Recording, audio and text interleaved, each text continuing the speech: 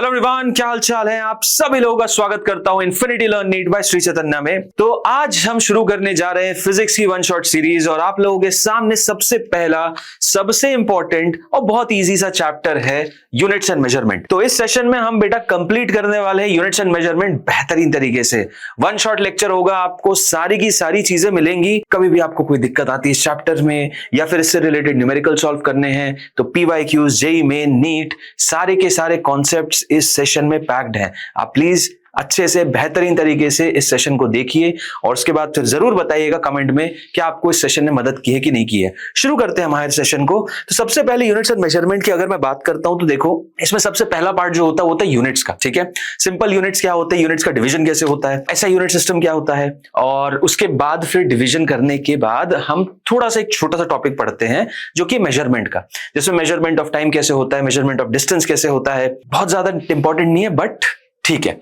अब उसके बाद चालू होता है हमारा सबसे बड़ा और सबसे मेजर और सबसे इंपॉर्टेंट सेक्शन जो कि है डायमेंशनल एनालिसिस का। फिर हम करते हैं डायमेंशनल एनालिसिस की बात और डायमेंशनल एनालिसिस को पूरा कंप्लीट करने के बाद हम उसके बाद जाएंगे एरर एनालिसिस पे, जो कि अपने आप में एक इंपॉर्टेंट टॉपिक है। फिर उसके बाद दो मेजरिंग इंस्ट्रूमेंट्स हम यूनिट्स एंड मेजरमेंट में देखते हैं जो कि है वर्नियर कैलिपर और स्क्रू गेज। तो शुरू करेंगे आज के हमारे सेशन को बेहतरीन तरीके से। सबसे पहले शुरू करते हैं हम कि सर यूनिट्स क्या होती है। तो देखो, यूनिट सबसे पहले तो होती कहां है। अगर मैं इमोशन की बात करूं कि मैं इस सेशन को लेने में बहुत अच्छा फील कर रहा हूं, अब कितना अच्छा फील कर रहा हूं, 50, 100, लेकिन 100 के आगे क्या लगाऊंगा, कोई यूनिट तो है नहीं अच्छा या बुरा फील करने की। करेक्ट है, अच्छा या बुरा एक इमोशन होता है और इस इमोशन को मेजर नहीं किया जा सकता। इसको बस आप भावनाओं में वर्ड्स के थ्रू अच्छा बुरा, थोड़ा कम, थोड़ा ज्यादा अच्छा, थोड़ा ज्यादा कम बुरा, तो ऐसे एक्सप्रेस कर सकते हो भाई। There are no units to specify it, therefore emotion is not a physical quantity. तो what is a physical quantity? Physical quantity वो हर एक क्वांटिटी है जिसको आप मेजर कर सकते हो। तो किसी भी क्वांटिटी को अगर आप मेजर कर पा रहे हैं तो वो एक फिजिकल क्वांटिटी कहलाती है। तो कोई भी फिजिकल क्वांटिटी हमेशा कॉम्बिनेशन में लिखी जाती है। किसके कॉम्बिनेशन में? तो अगर आप यहाँ पे कॉम्बिनेशन देखेंगे, जैसे मान लीजिए आपको वजन मेजर करना है। अब वजन कितना होगा? 5 किलो। फोर्स मेजर करना है 20 न्यूटन। लेंथ मेजर करना है 100 मीटर। समय मेजर करना है 2 घंटे, 2 आवर्स। तो आप देखेंगे हमेशा किसी भी फिजिकल क्वांटिटी में एक न्यूमेरिकल वैल्यू रहती है और साथ ही साथ एक यूनिट रहता है। Every physical quantity is always expressed in the form of n into u। हर एक फिजिकल क्वांटिटी हमेशा n और u के फॉर्म में एक्सप्रेस की जाती है। और अगर मैं दो सिस्टम की बात करूं, जैसे आप सभी को पता होगा एक CGS होता है, एक MKS सिस्टम होता है। अब CGS में सिंपल सी चीज है, आप डाइन में फोर्स को एक्सप्रेस करते हो, ठीक है, और MKS में आप न्यूटन में करते हो। तो अगर मान लो 10 न्यूटन है तो 10 न्यूटन को आप डाइन में भी एक्सप्रेस कर सकते हो, मतलब जो वैल्यू है वो तो सेम रहेगी, यानी N1U1 N2U2 के बराबर रहेगा। N1U1 will be equal to N2U2, हमेशा कांस्टेंट रहेगा। अब मुद्दे की बात यह, अगर यूनिट छोटी हो गई, डाइन चली गई, तो N2 बड़ा हो जाएगा।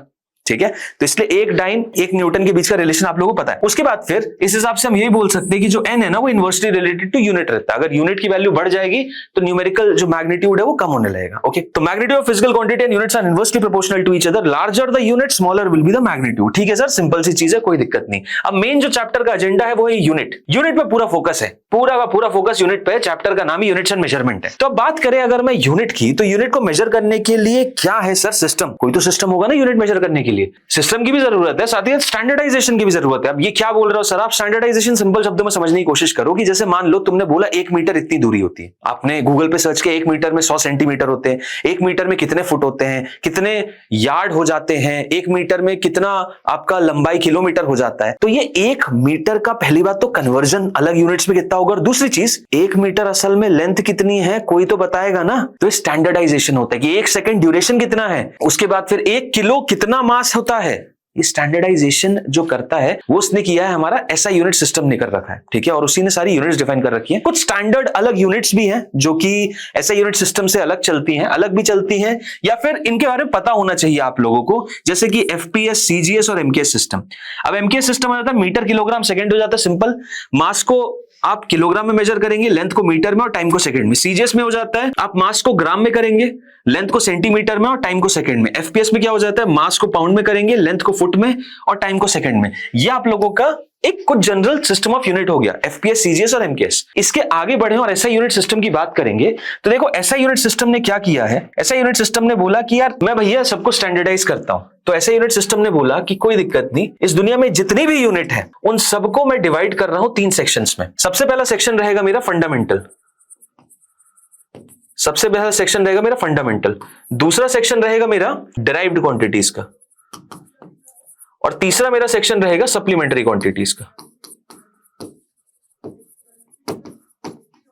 पहला सेक्शन रहेगा मेरा फंडामेंटल का, दूसरा रहेगा मेरा डिराइव्ड का, और तीसरा रहेगा मेरा सप्लीमेंट्री क्वांटिटीज का। अब फंडामेंटल क्वांटिटीज की अगर मैं बात करता हूं तो फंडामेंटल क्वांटिटीज में इन टोटल 7 क्वांटिटीज होंगी। कौन सी होंगी सर? ये भी डिफाइन कर दिया उन्होंने, ये भी डिफाइन कर दिया उन्होंने कौन सी 7 क्वांटिटीज रहेंगी।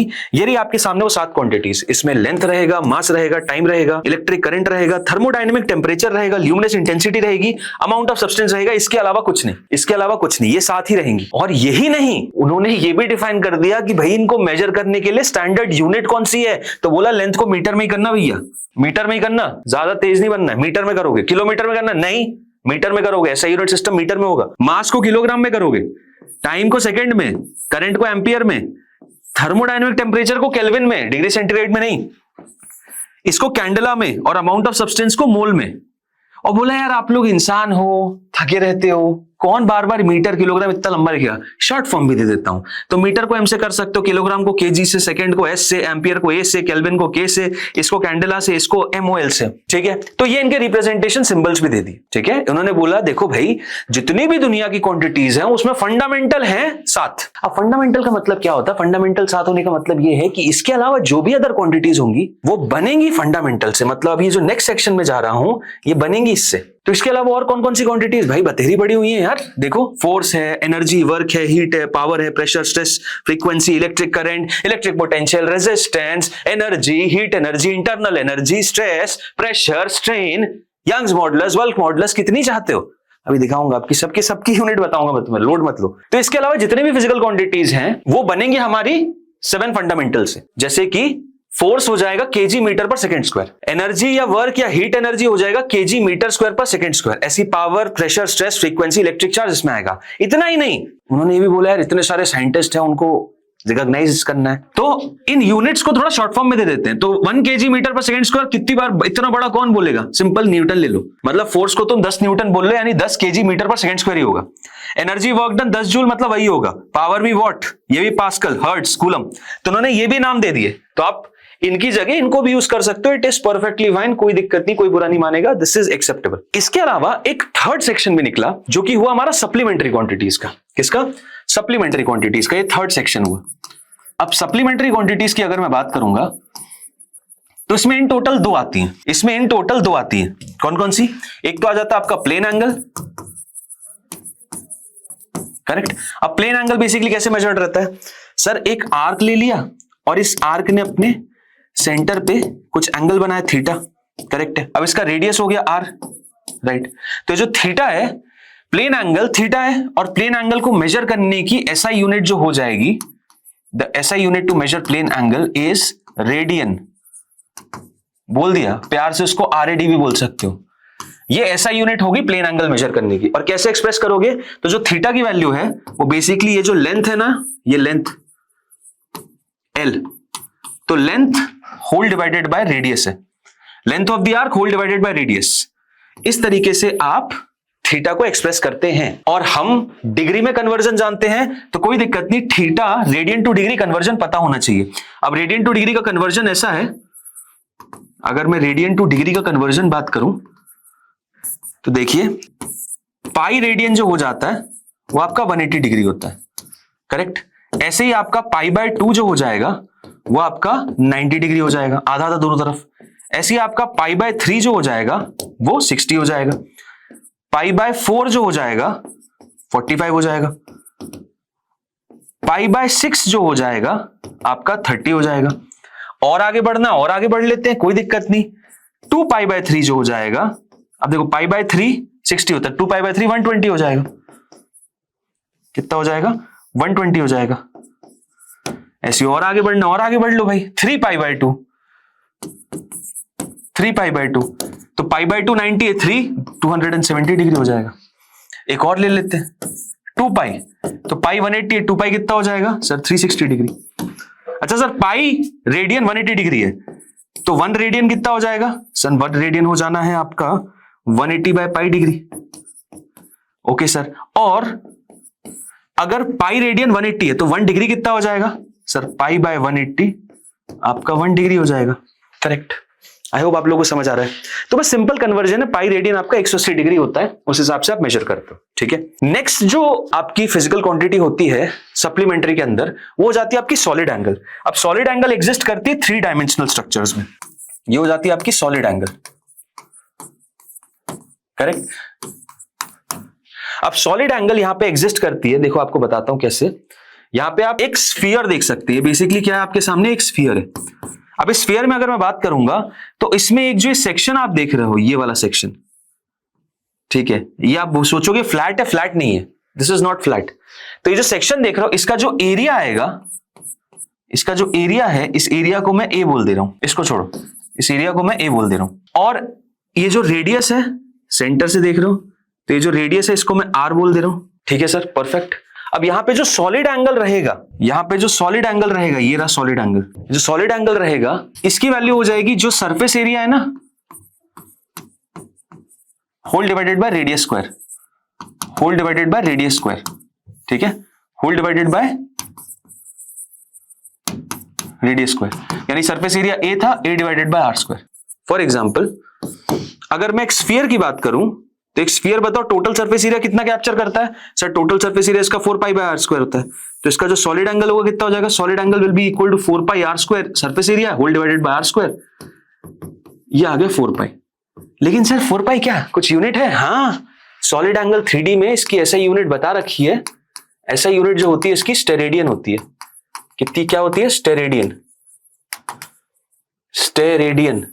ठीक है, तो यहाँ पे 4 पाई स्टेरेडियन आ जाएगा। क्लियर है? इस पे सच पूछोगे तो बहुत ज्यादा न्यूमेरिकल्स आपको बनते हैं नहीं, तो इस पे बहुत ज्यादा आपको एफर्ट डालने की जरूरत नहीं है। सिंपल एज दैट समझना, ये 3 डायमेंशनल स्ट्रक्चर्स में एग्जिस्ट करता है। ऐसी हेमिस्फीयर की बोलूंगा तो हेमिस्फीयर का total surface area 2 pi are square होता है। अब बोलोगे सर उसका बॉटम एरिया लेना है, नहीं बॉटम नहीं लेना, हेमिस्फीयर में वही कर्व्ड सरफेस एरिया टोटल लेना है, तो 2 pi are square, 2 pi are square by are square यानी 2 पाई हो जाएगा। ठीक है, तो ये आपकी 3 स्टैंडर्ड यूनिट हो गई, सिंपल बेसिक, इसमें कुछ ज्यादा है नहीं, आपको पता है मोर और लेस। अब बात करते हैं नेक्स्ट सेक्शन, कुछ सवाल देख लेते हैं। यूनिटलेस क्वांटिटी बताओ इसमें से कौन सी है सर? यूनिटलेस क्वांटिटी हो जाएगी जिसमें same unit divided by same unit होगा, same unit divided by same unit होगा। अब देखो यहां पे दे दिया वेलोसिटी ग्रेडियंट, वेलोसिटी ग्रेडियंट होता है वेलोसिटी अपॉन लेंथ, ये है वेलोसिटी अपॉन लेंथ।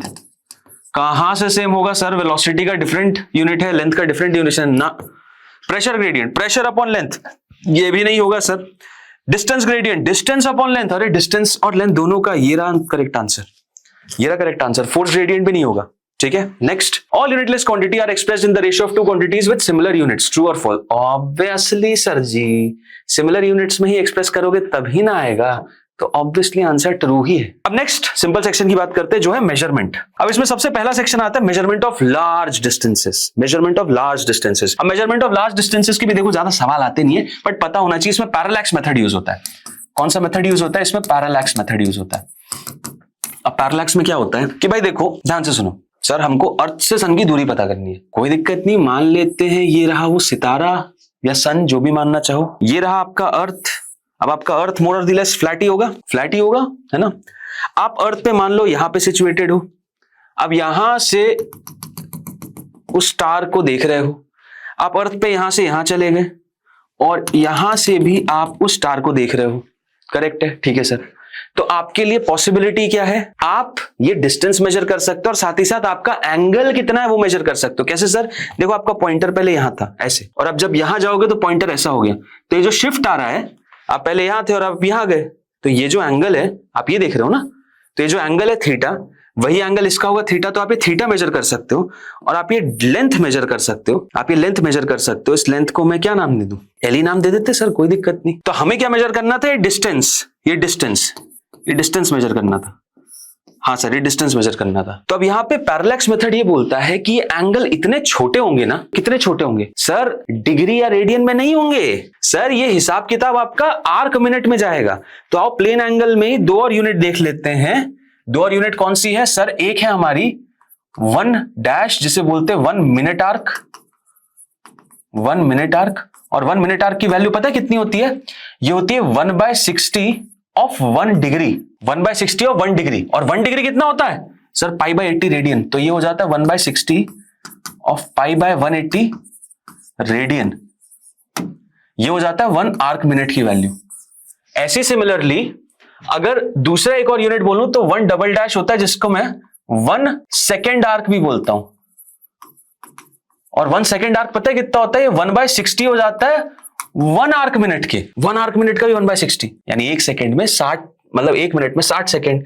और ऐसे 1 घंटे को 1 डिग्री मान लो तो 1 आर्क सेकेंड की वैल्यू 1/60 और 1 मिनट आर्क की कितनी है? 1/60 इंटू π/180 रेडियन।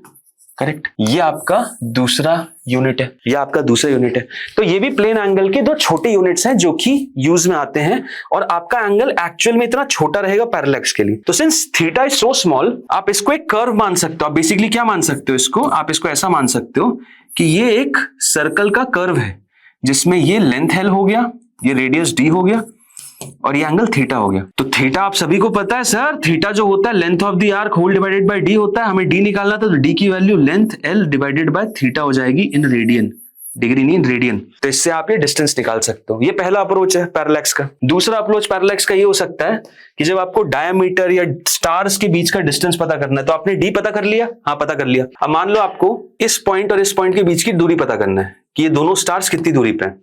और आप कहां बैठे हो सर? आप तो अर्थ पे बैठे हो। तो आप अर्थ से इसको पॉइंट करोगे, आप अर्थ से इसको पॉइंट करोगे। देखो आप अर्थ से इसको पॉइंट करोगे, आप अर्थ से इसको पॉइंट करोगे, करेक्ट है। आप इस स्टार को देखोगे, आप इस स्टार को देखोगे, करेक्ट। और ये आप कहां से कर रहे हो सर? ये आप अर्थ से बैठ के कर रहे हो। ये सर आप अर्थ से बैठ के कर रहे हो। अब अगर आप ये अर्थ से बैठ के कर रहे हो तो ये जो एंगल है थीटा, या पता कर सकते हो, करेक्ट। ये एंगल थीटा हो गया और आपको ये डिस्टेंस ऑलरेडी नोन है। और अब आपको ये लेंथ L बताना था, ये कितना है। तो सिंपल वापस यही मेथड सेम लगाएंगे। L की जो वैल्यू हो जाएगी वो D इंटू थीटा के बराबर हो जाएगी, करेक्ट। तो इससे आप दो स्टार्स के बीच की दूरी बता सकते हो, ठीक है। इसको पैरेलैक्स मेथड बोलते हैं, इसलिए बहुत लंबे डिस्टेंसेस मेजर किए जा सकते हैं। ओके, नेक्स्ट पॉइंट इसमें आ जाता है measurement of very small distance. तो सर उसके लिए तो हमारे पास है व्यवस्था है। एक तो मीटर स्केल है सर हमारे पास।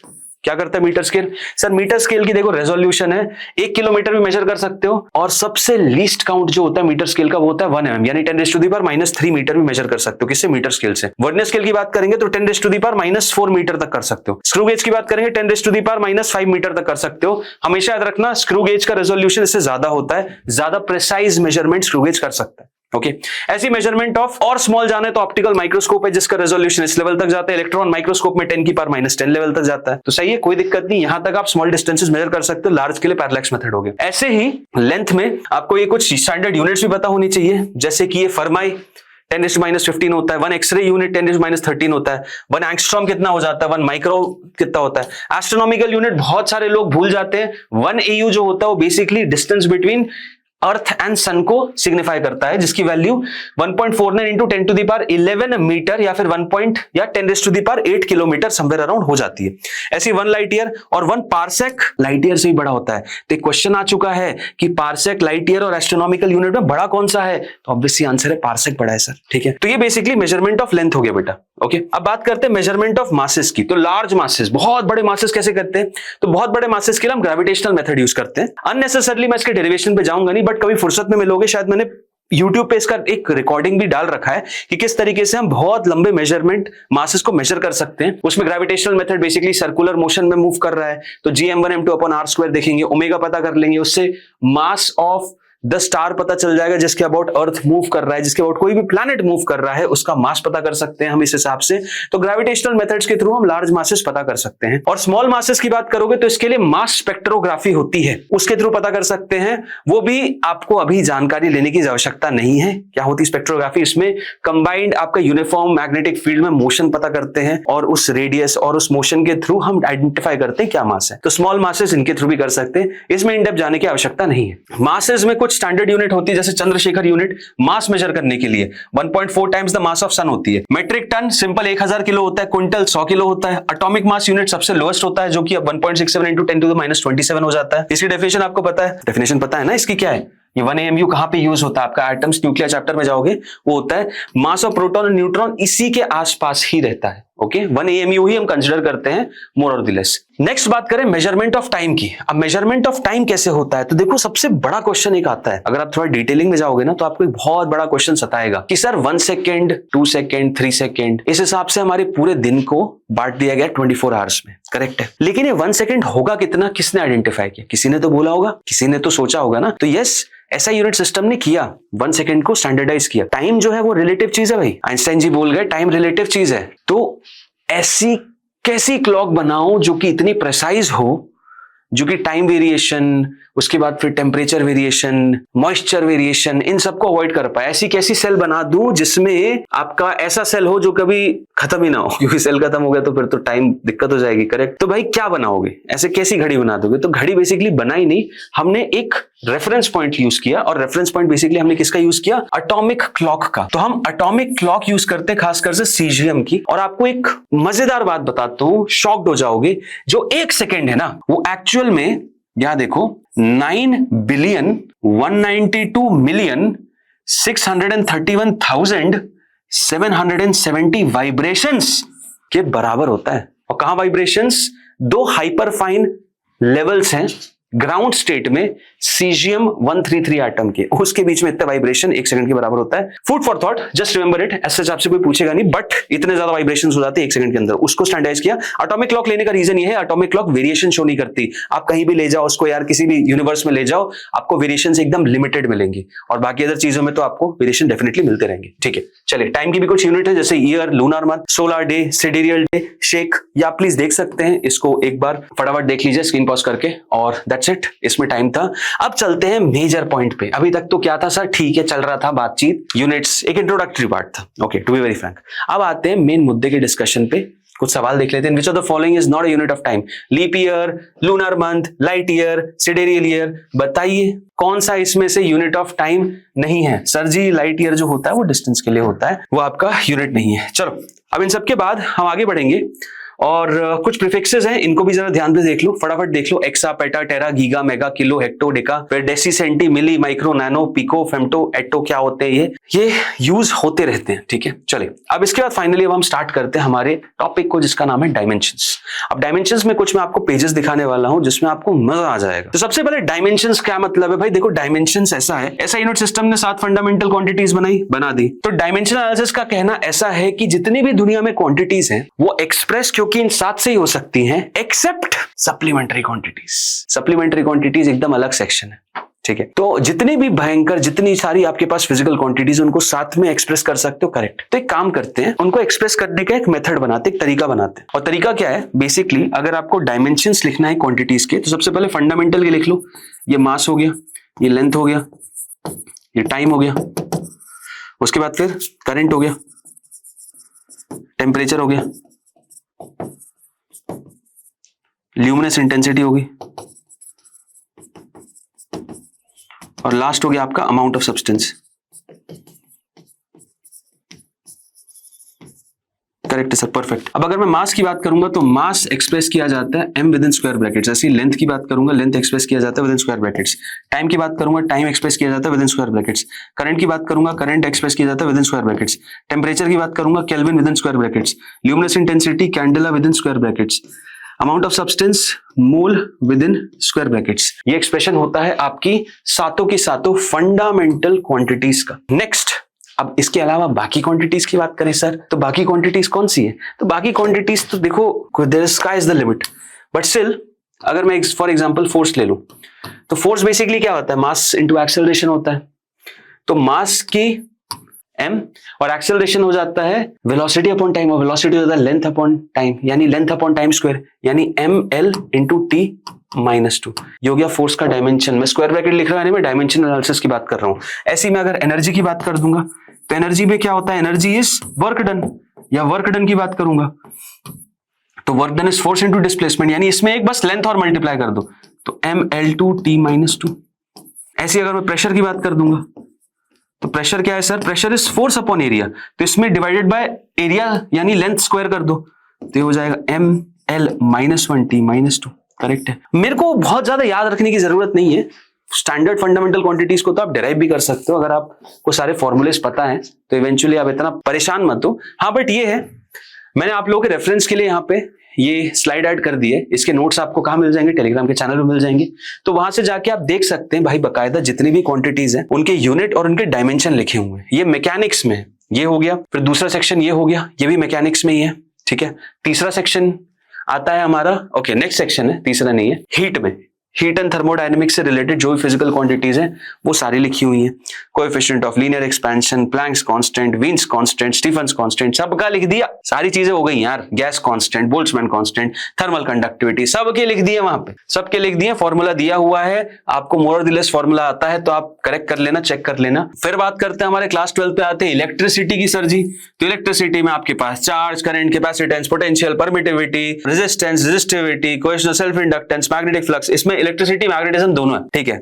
Magnetic intensity, magnetic induction, permittivity, permeability, सारी चीजें आ जाएंगी, परमिएबिलिटी आ गया, सरफेस चार्ज डेंसिटी, सारी चीजें आ गई, रेडबर्ग्स कांस्टेंट भी आ गया। लो इसके बाद बात करते हैं नेक्स्ट सेक्शन, बस इतना हो गया है ना। रे ऑप्टिक्स में लेंथ वेंथ मीटर ही है तो उसमें कोई दिक्कत नहीं है। नेक्स्ट सेक्शन की अगर मैं बात करूंगा तो ये थोड़ा इंपॉर्टेंट है, ये बढ़िया आप लोगों को अच्छा हैंडी लगेगा, मजा आएगा। ये वो क्वांटिटीज की लिस्ट दी गई है जो कि तो डायमेंशन लेस से जाके उनके पास सेम डायमेंशन है। जैसे यहाँ पे जितनी भी क्वांटिटीज दी गई हुई है आपको, ये सारी की सारी क्वांटिटीज आपकी डायमेंशन वाली है एक्सेप्ट दिस। इस सेक्शन को देखना, ये रहा, इसको थोड़ा ध्यान दे देना, इसमें आपको काफी हेल्प मिल जाएगी उन बच्चों को जो थोड़ा कंफ्यूज होते हैं।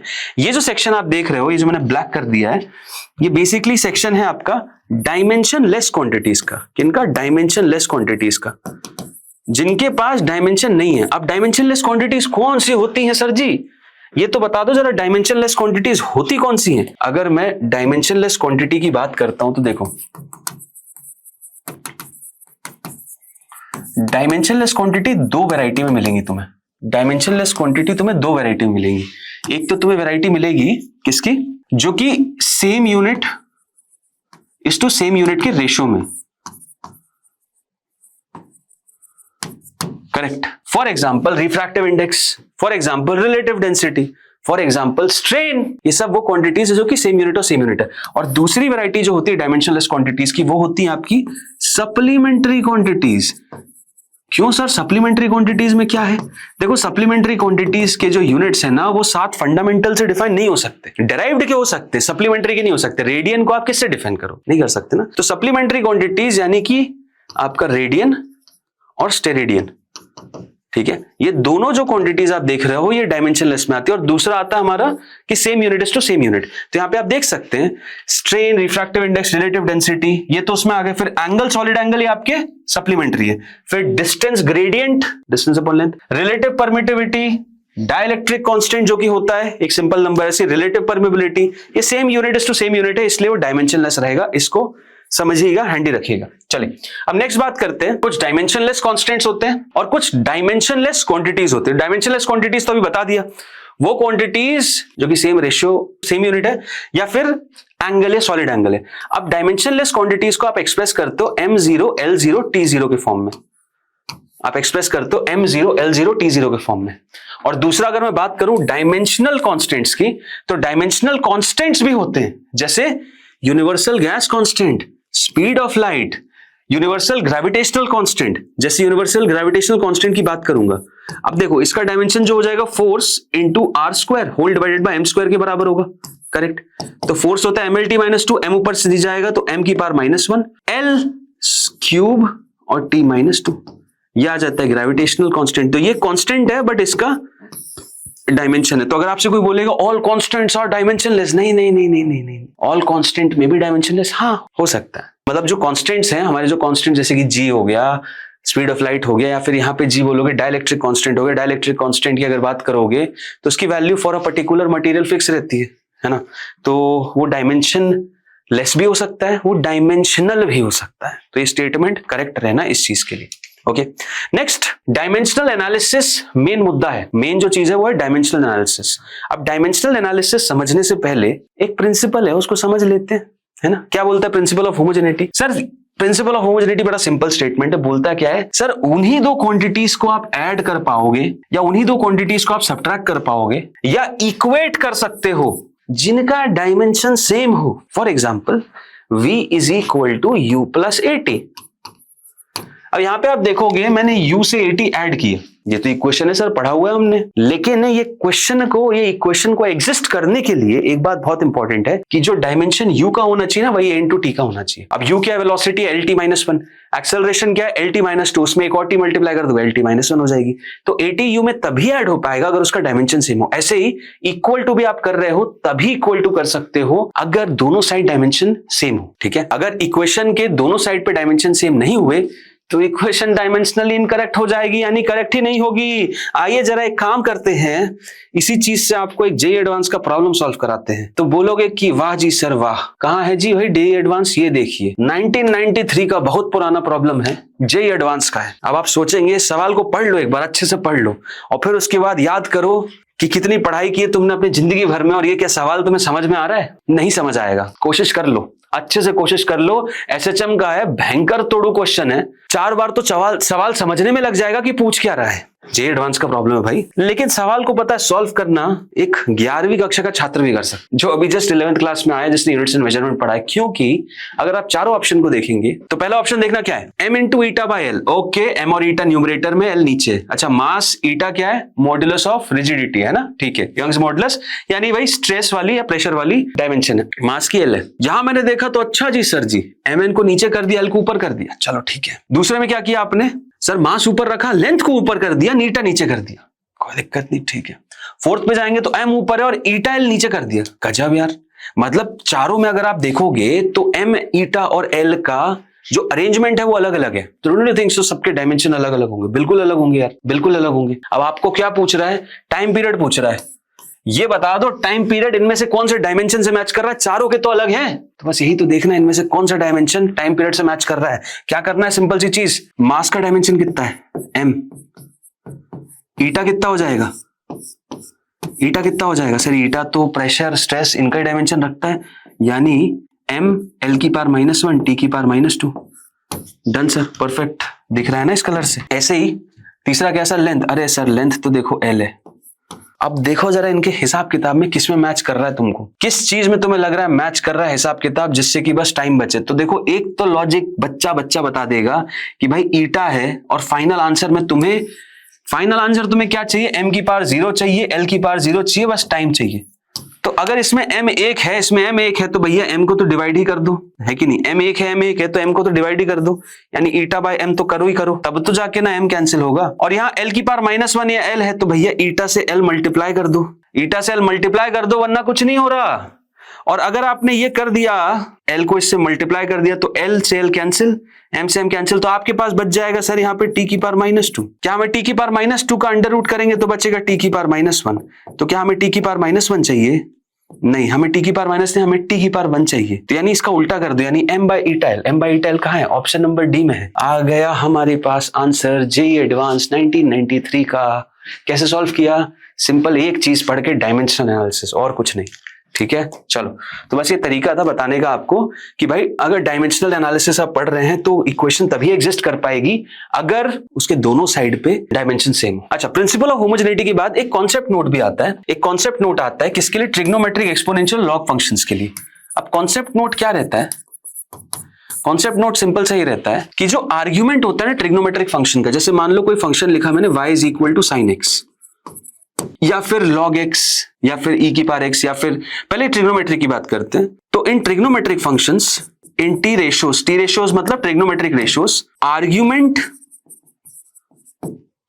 क्या होता है, ये एंगल होता है x is dimensionless, m0 l0 t0, यानी x की बात कर रहे हैं।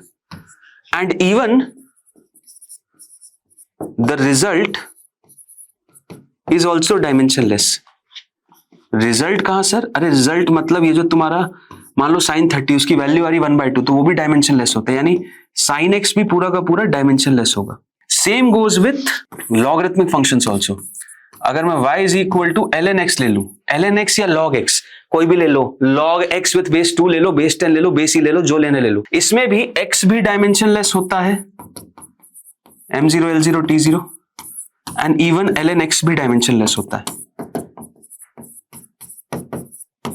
ठीक है, चलो ऐसी अगर मैं थर्ड पार्ट की बात करूं, y is equal to e raise to the power x, तो इसमें भी आपका x भी डायमेंशनलेस होगा। ठीक है, और इवन e की पावर x की भी बात करोगे तो वो भी डायमेंशनलेस होगा। ठीक है, तो कॉन्सेप्ट नोट है, आपको पता होना चाहिए। लॉगरिथमिक, एक्सपोनेंशियल और ट्रिग्नोमेट्रिक फंक्शंस में आपका जो डायमेंशन रहता है वो डायमेंशनलेस होता है। चलिए एक क्वेश्चन करते हैं इन पे। एक सवाल देखो क्या आया है यहाँ पे, क्वेश्चन बड़ा अच्छा है। बोल रहे हैं force is given in terms of t and displacement x by the equation f equals to a cos bx plus c sin dt। ठीक है, ये पूछ रहे हैं the dimension of AD is to B कितना होगा। Dimension of AD is to B कितना होगा। ठीक है सर, बताता हूं। अब AD इज टू B, चलो सर देखते हैं। सर एक बात बताओ जल्दी बताना। पूछो सर, ये cos के अंदर bx लिखा है क्या? हाँ, तो सर ये b इंटू एक्स तो डायमेंशनलेस होना चाहिए ना। एकदम सही पकड़े भाई, वेरी गुड, बहुत बढ़िया, स्मार्ट हो तुम तो। और अगर ये डायमेंशनलेस होगा, लेकिन x तो सर हमारा डायमेंशन है, क्यों? x तो सर डिस्प्लेसमेंट बता रहा है, तो यानी x का तो डायमेंशन है, तो यानी b का डायमेंशन कितना होना चाहिए? अब x का l है तो इधर जाएगा तो l की पावर -1 होगा। अरे समझे नहीं समझे यार भैया, b l की पावर -1 l से मल्टीप्लाई होगा तभी ना m0 l0 t0 होना चाहिए। ऐसे इधर उल्टा जाएगा तो ये हो जाएगा। ऐसे ही आपका दिमाग अगर चल गया इधर तो dt भी आपको दिखेगा कि dt भी तो सर m0 l0 t0 होना चाहिए ना, डायमेंशनलेस है जी। लेकिन सर टाइम का तो है डायमेंशन भैया, तो टाइम का जो डायमेंशन तो d का डायमेंशन उसका उल्टा होना चाहिए, यानी d का जो डायमेंशन होना चाहिए वो t की पावर -1 होना चाहिए। एकदम सही बोले सर जी। तो b और d का तो डायमेंशन निकाल दिया, क्या बात है सर, वेरी गुड यार। इसके बाद क्या करें, हमें इसका डायमेंशन पता करना है। अब ध्यान दो तो भैया cos bx भी डायमेंशनलेस होता है, sin dt भी डायमेंशनलेस होता है। अभी तो जस्ट बताया, bx ही नहीं पूरा cos bx और पूरा sin dt भी डायमेंशनलेस होगा। यानी a का जो डायमेंशन है वो फोर्स के डायमेंशन के बराबर होगा, यानी डायमेंशन ऑफ फोर्स जो हो जाएगा वो बेसिकली डायमेंशन ऑफ a के बराबर होगा। और डायमेंशन ऑफ a कितना है, हो जाएगा सर mlt -2 के बराबर। और वही डायमेंशन c के बराबर भी होगा सर, है कि नहीं? हाँ, अब बताओ AD अपॉन B का डायमेंशन कितना हो रहा है? तो सर AD अपॉन B का जो डायमेंशन हो जाएगा, A की जगह रख दो mlt -2 whole divided by B और D L की पावर -1 और D की पावर T की पावर -1। ठीक है सर, परफेक्ट। कितना आंसर आ रहा है सर? इसका आंसर आ रहा है l² t की पावर -3। सर ये आ रहा है ml² t की पावर -3। ml² t की पावर -3 आ रहा है सर। ऐसा नहीं लगता आपने थोड़ा गलत किया है? बिल्कुल गलत किया है। कैसे गलत किया है sir ji? a d into b करना था, आपने a बाय db कर दिया। तो a है हमारा mlt -2 और इसमें d क्या है? d है मेरा t की पावर -1। अरे सही तो किया था यार, होल डिवाइडेड बाय l की पावर -1। ठीक है, तो इसका जो आंसर आएगा m l की पावर 2 t की पावर -3 ml² t की पावर -3। यही आया था क्या? पता नहीं, ml2 t की पावर -3 ऑप्शन नंबर 2 एकदम करेक्ट आंसर है। ठीक है, आगे बढ़ते हैं और एक नेक्स्ट सवाल को देखते हैं इसी बेसिस पे। अब यहाँ पे आप देख सकते हैं, ये आपको क्वेश्चन मिला हुआ है एक्सपोनेंशियल फंक्शन का। एम्पलीट्यूड यहाँ पे दिया हुआ है t के टर्म्स में a equals to a0 e raise to the power -bt upon 2m। अब क्या पूछ रहे हैं यहाँ पे? डायमेंशनल फॉर्मूला ऑफ b बताइए भाई। b का डायमेंशनल फॉर्मूला क्या होगा? तो अगर आप यहाँ पे ध्यान से वापस देखेंगे, e की जो पावर है यानी bt अपॉन 2m, यानी इसका जो डायमेंशन होना चाहिए वो m0 l0 t0 होना चाहिए। करेक्ट है, क्योंकि ये डायमेंशनलेस क्वांटिटी है। क्या है ये? एक डायमेंशनलेस क्वांटिटी है। अब सर नेगेटिव और 2 का तो कोई डायमेंशन होता नहीं, t टाइम है और m मास है और t टाइम है। तो सिंपल सी चीज, b का जो डायमेंशन हो जाएगा वो टाइम यहां से नीचे जाएगा यानी ऊपर हो जाएगा t की पावर -1 और m इधर चला जाएगा, तो m की पावर 1 ये इधर चला गया और t नीचे यानी t की पावर -1। ये आ गया आपका डायमेंशन ऑफ b। क्लियर है? तो एकदम सिंपल सा आंसर है m0 l0 एंड t की power -1। Option number 3 is the right answer over here. Okay sir, ठीक है, परफेक्ट। तो ये कुछ स्टैंडर्ड केसेस हैं जिसमें आपको एक्सपोनेंशियल ट्रिग्नोमेट्रिक फंक्शंस दिए रहते हैं और उसमें आपको पता करना रहता है कि इनके डायमेंशंस क्या होंगे। अब आगे बढ़ते हैं और थोड़ा डायमेंशनल एनालिसिस का यूज केस देखते हैं। अब देखो, इन रियलिटी अगर मैं बात करूं डायमेंशनल एनालिसिस से या डायमेंशंस के एप्लीकेशन से दो स्टैंडर्ड टाइप ऑफ क्वेश्चंस आते हैं, और वो दोनों स्टैंडर्ड टाइप ऑफ क्वेश्चंस करेंगे, ना ही हम जेई मेन के करेंगे बल्कि जेई एडवांस का भी करेंगे। तो बिल्कुल टेंशन मत लो, सॉलिड क्लैरिटी आने वाली है। बात करते हैं एप्लीकेशन की, तो देखो सबसे पहली एप्लीकेशन तो आप लोग जान ही चुके हैं कि भाई ये बताना है कि कोई भी इक्वेशन सही है कि नहीं है। अगर वो डायमेंशनली इनकंसिस्टेंट है यानी वो इक्वेशन एग्जिस्ट ही नहीं कर सकती। जैसे फॉर एग्जांपल मान लो मैं क्लास 11th में हूं, मैंने अभी तक सेंट्रीपिटल फोर्स पढ़ा नहीं, अब कोई रैंडम आके मेरे को बोलता है देखो फोर्स की वैल्यू m²v² होगी, तो क्या मैं मान लूंगा इस चीज को? क्या मैं मान लूंगा इस चीज को? मैंने भी सेंट्रीपिटल फोर्स नहीं पढ़ा है, मुझे नहीं पता mv²r होती है, तो क्या मैं मान लूंगा इसको? देखो वो आप पे डिपेंड करता है, आप मानोगे कि नहीं मानोगे। लेकिन अगर आपने डायमेंशनल एनालिसिस पढ़ लिया है तो आप सिंपल सी चीज बोलोगे, अच्छा ठीक है तो ये बोल रहा है सही है, यानी इसका डायमेंशन जो होना चाहिए और इसका जो डायमेंशन होना चाहिए वो सेम होना चाहिए। अगर सेम नहीं हो तो इक्वेशन एग्जिस्ट नहीं करती है। As simple as that.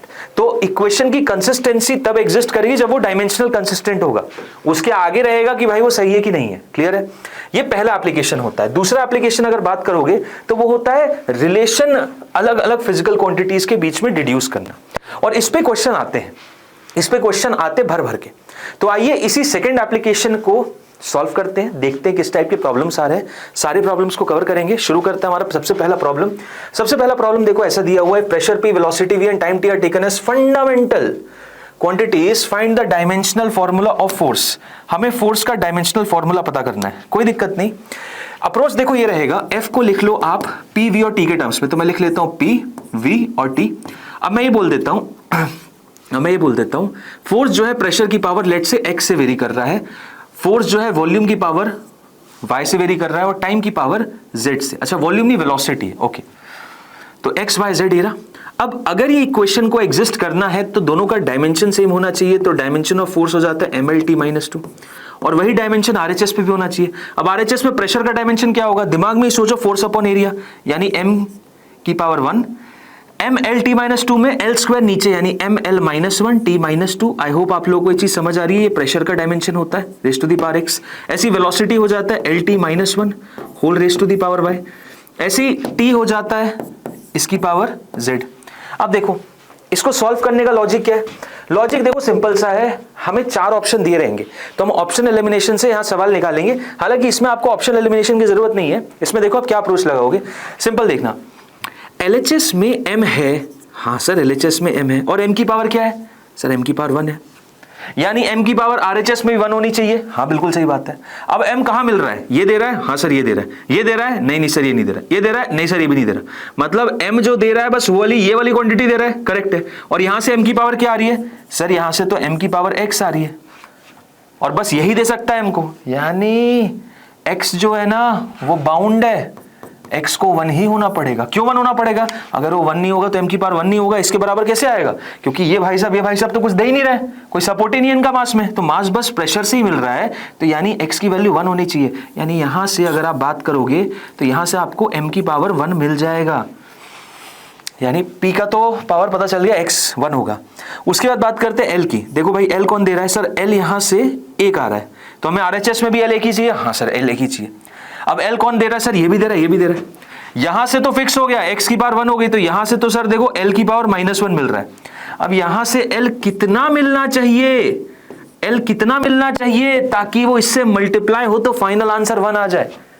Sir logic भी बता सकता है, एक 9th-10th क्लास का बच्चा ही बता देगा जिसने एक्सपोनेंट पढ़ा है। यहां अगर x की पावर 2 होगा यानी l की पावर 2 होगा, तो l की पावर -1 इंटू l की पावर 2, 2 - 1 1 हो जाएगा, यानी y बाउंड हो गया 2 होने के, y बाउंड हो गया 2 होने के। बात समझ में आ रही है? तो l² यहां से आ गया। क्लियर है? डन सर, बहुत अच्छे। उसके बाद t यहां कितना आ रहा है? सर t की पावर यहां -2 आ रहा है। हालांकि इतने में ही चारों ऑप्शन में से एक आंसर आ जाता है। t की पावर -2 आ रहा है, ठीक है। यहां t कौन दे रहा है? हाँ सर ये तो t दे रहा है। कितना दे रहा है t? है सर ये t दे रहा है, t की पावर -2। Okay done. ये भी t दे रहा है क्या? हाँ सर ये भी t दे रहा है, 2/2 रख लिया ना आपने। हाँ तो ये भी सर दे रहा है t की पावर -2। ओहो, ये भी t दे रहा है, ये भी t दे रहा है। हमें यहाँ क्या चाहिए? सर हमें तो t की पावर -2 चाहिए, लेकिन यहाँ तो सर t की पावर -4 आ चुका है, यहाँ तो सर t की पावर -4 आ चुका है। तो भैया ये हमारे z को कितना होना पड़ेगा? यहाँ से t कितना आना चाहिए? सर इतना ही रिक्वायर्ड था, ये तो एक्स्ट्रा है, तो इसको कैंसिल करने के लिए t की पावर 2 होना चाहिए। अब आप देखो टी की पावर 2 इसको कैंसिल कर देगा, उसके बराबर हो गया, यानी z यहां बाउंड हो गया 2 होने के। तो आपने एक फोर्स का रिलेशन डिफाइन कर दिया है, F is equal to P V square और T square, P V square T square, P V square T square. I hope आप लोगों को ये चीज समझ में आ रही है, आई होप आप लोगों को ये चीज समझ में आ रही है, ठीक है। तो इस तरीके से हम सॉल्व करेंगे। एक और क्वेश्चन करते हैं, देखो, a force F, velocity V and pressure P are considered as fundamental physical quantities, dimensional formula of densities। आओ इसको भी करेंगे, इसको भी करेंगे, देखना कैसे करेंगे हम। सर देखो, हमें क्या देना है, फोर्स डेंसिटी पता करना है, डेंसिटी पता करना है F, वेलोसिटी और टाइम टी के टर्म्स में, x y z ले लेते हैं, ठीक है।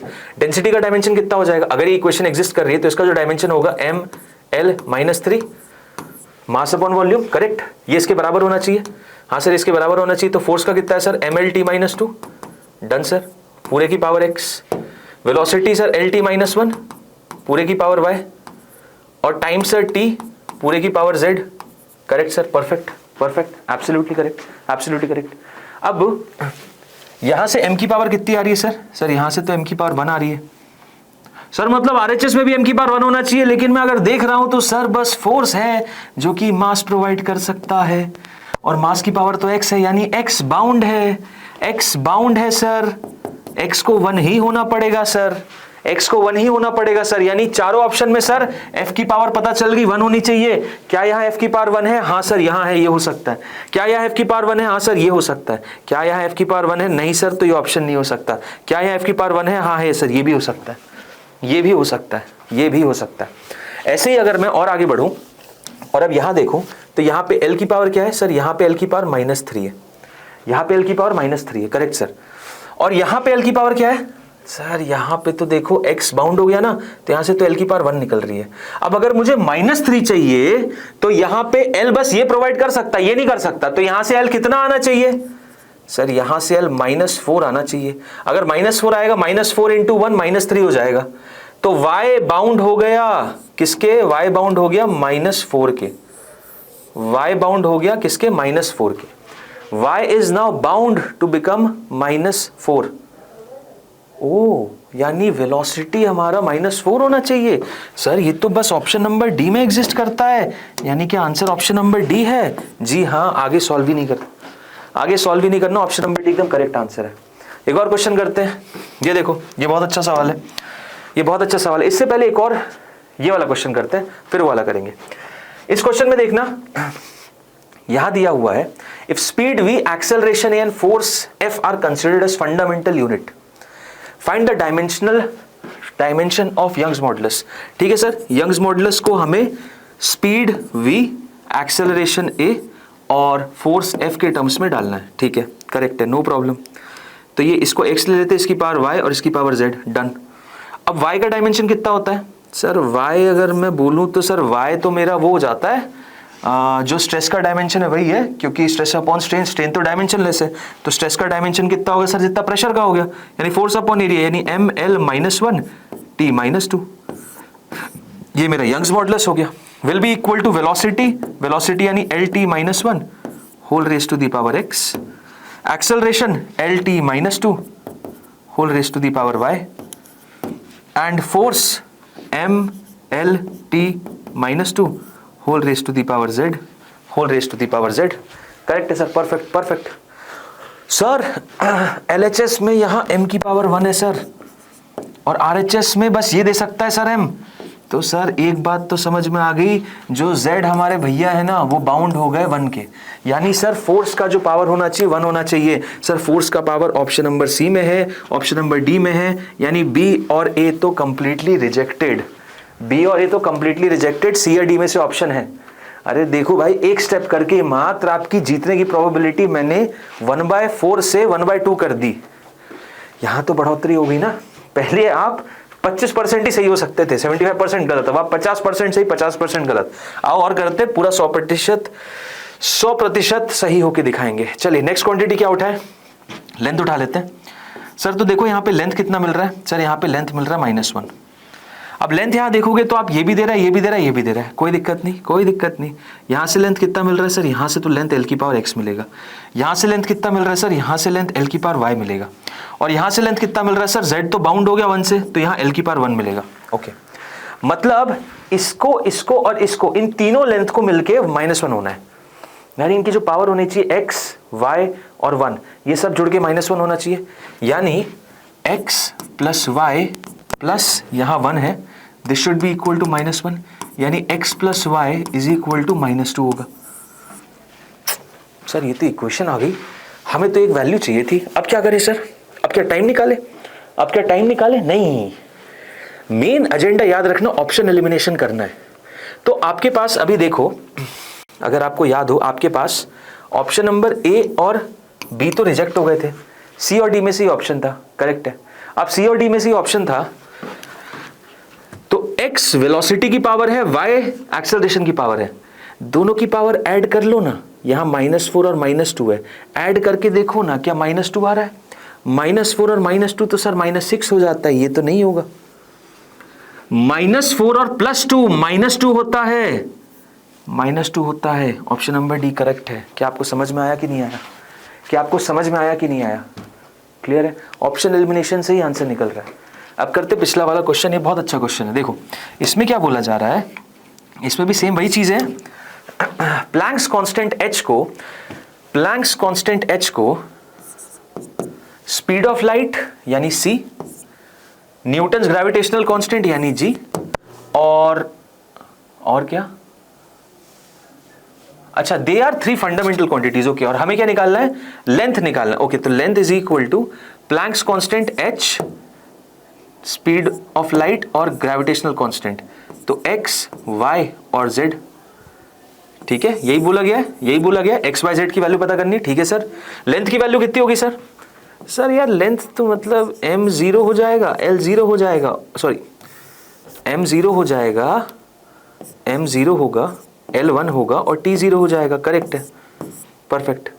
और h क्या हो जाएगा सर? h क्या हो जाएगा सर? अगर मैं h की बात करूंगा तो प्लैंक्स कांस्टेंट क्या होता है सर? प्लैंक्स कांस्टेंट क्या होता है? Energy equals to h nu, energy is equal to h nu हो जाता है, E is equal to h nu, nu होता है t की पावर -1, तो एनर्जी का डिवीजन में t की पावर -1, तो ml2t-2 whole divided by t की पावर -1, यानी हो जाएगा ml2t-1। बात समझ में आ रही है? तो जो आपका h का डायमेंशन होगा that simply will be equal to m L2t-1, ml2t-1। बात समझ में आ रही है? ये आपका प्लैंक्स कांस्टेंट। देखो मेरे को याद नहीं रहती, मैं आपके सामने तुरंत सॉल्व कर रहा हूं, मेंटली कैलकुलेट कर रहा हूं और फिर आंसर निकाल रहा हूं। ठीक है, उसके बाद सी की बात करेंगे तो सी तो स्पीड ऑफ लाइट है, सी जो है वो तो मेरा स्पीड ऑफ लाइट है। करेक्ट है सर? स्पीड ऑफ लाइट की तो sir LT-1 whole raise to the power y। और gravitational constant sir, gravitational constant क्या हो जाएगा sir? F equals to gm और m2 अपॉन r स्क्वायर, यानी gm² बाय r स्क्वायर, तो g हो जाएगा FR² अपॉन m², यानी ml2t-2 में डिवीजन में m² है, यानी m की पावर -1 ऊपर आएगा। ml2 में मल्टीप्लीकेशन में r² है, यानी l³ आ जाएगा। और टाइम का तो कोई रिलेशन नहीं, तो t-2, ये देखो ये z आ गया। सब ओरली कैलकुलेट किया, मैंने कोई रटा नहीं था। अब मेन मुद्दे पे आते हैं सर। मेन मुद्दा क्या है सर? सर देखो m पकड़ ले पहले, चलो सर m ही पकड़ते हैं, हम अभी तक पकड़ते हुए आए। तो यहाँ m की पावर 0 है सर, यहाँ से m कितना निकल रहा है सर जी? यहाँ से m निकल रहा है x, यहाँ से तो m निकल नहीं रहा, यहाँ से भी m निकल रहा है सर, m यहाँ से निकल रहा है -z, यानी सर x और z यहाँ निकल रहे हैं सर, x और -z, और ये 0 के बराबर होने चाहिए सर। मतलब एक इक्वेशन तो देखो सटीक बैठ रही है। क्या सर? एक इक्वेशन तो ये बैठ रही है कि x माइनस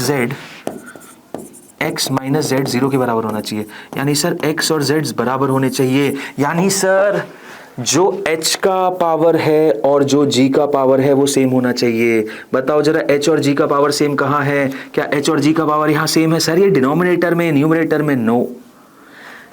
हाँ सर दोनों का 1/2 है। हाँ सर दोनों का 1/2 है, ये हो सकता है, ये हो सकता है। इधर बात करूंगा सर h न्यूमरेटर में है, g डिनोमिनेटर में है, पावर में एक नेगेटिव का फर्क है, ये भी नहीं हो सकता, ये भी नहीं हो सकता, यानी 50-50 तो आ गया यार। चलो अब और कौन सा उठाना है? लेंथ उठा ले, लेंथ उठा ले। मैं पर्सनली बोलूं लेंथ में मैं फेवर में नहीं हूं। क्यों बताता हूं यार, यहां से लेंथ का निकलेगा, यहां से लेंथ का निकलेगा, यहां से निकलेगा, यहां से निकलेगा, क्यों इतनी बड़ी इक्वेशन बनानी है यार। टाइम देखो ना, यहां से जीरो निकल रहा है, बाकी टाइम भी तीनों में ही है, लेकिन जीरो से थोड़ा सुकून तो मिलता है। तो मैं यहाँ पे पर्सनली मतलब जीरो जहां मिलता है वहां मजा आता है, टी की पावर जीरो उठाना चाहता हूं। यहां से क्या मिल रहा है सर, यहां से मिल रहा है टी की पावर -x, ठीक है। यहां से क्या मिल रहा है सर, यहां से मिल रहा है टी की पावर -y, डन सर। और यहां से क्या मिल रहा है सर, यहां से मिल रहा है टी की पावर -2z, -2z। अब -x -y -2z 0 के बराबर होना चाहिए। तो थर्ड इक्वेशन आ रही है -x -y -2z is equal to 0, ठीक है। ये हो रहा है हिसाब किताब।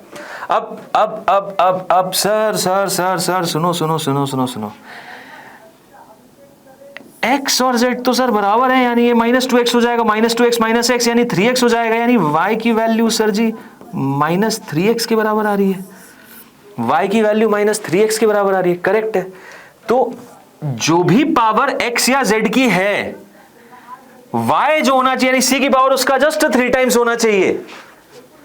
तो इस केस में और इस केस में अगर मैं बात करूं तो बी में देखो, ऑप्शन नंबर बी में x और z जो है वो 1/2 है, ठीक है। और जो y आ रहा है वो कितना आ रहा है सर, y की तो देखो सर डिनोमिनेटर में है ना, नीचे है, तो -3/2 आ रहा है सर।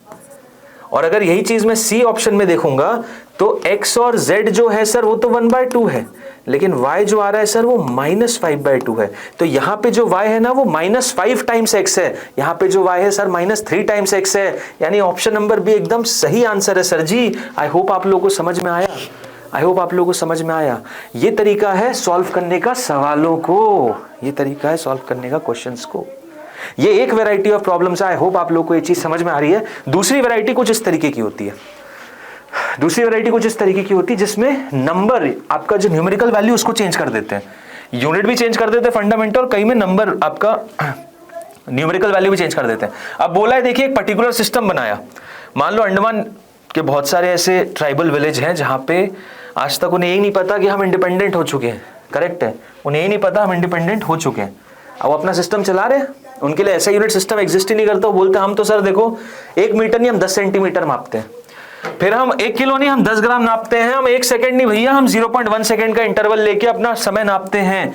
बताइए यूनिट ऑफ फोर्स उनके सिस्टम में कितनी होगी। तो एक बात बताओ, हमारे सिस्टम में 1 न्यूटन कितना हो जाता है, न्यूटन में बताना है उनका सिस्टम। तो हमारे सिस्टम में 1 यूनिट ऑफ न्यूटन कितना हो जाता है सर, 1 kg मीटर पर सेकेंड स्क्वायर, यानी 1 kg into 1 metre whole divided by 1 second whole square, correct है। अब एक काम करो, क्या काम करो सर, ये 1 kg को 10 ग्राम बनाओ। कैसी बातें करते हो सर, कैसे बना दूं। सबसे पहले तो 1 kg को यार 1000 kg ले लो, ठीक। 1 मीटर को क्या ले लो सर, 1 मीटर को भी सेंटीमीटर, चलो इसको भी 100 सेंटीमीटर ले लेता हूं, ठीक है। और सेकेंड तो सर एज इट इज रहना है, 1 सेकेंड को तो एज इट इज रहने दो, ठीक है सर, कोई दिक्कत नहीं, रहने दिया, आपने जैसा बोला वैसे ही करा। अब एक काम करो, यहां पे ये 00 को बाहर ले जाओ, यहां पे ये 10 को बाहर ले जाओ, 10 रहने दो, 20 बाहर ले आओ, और यहां पे इंटू ये डिवाइड बाय 10 करो और इंटू 10 करो, और ये 10 स्क्वायर को बाहर ले आओ, ये 10 स्क्वायर को बाहर ले आओ।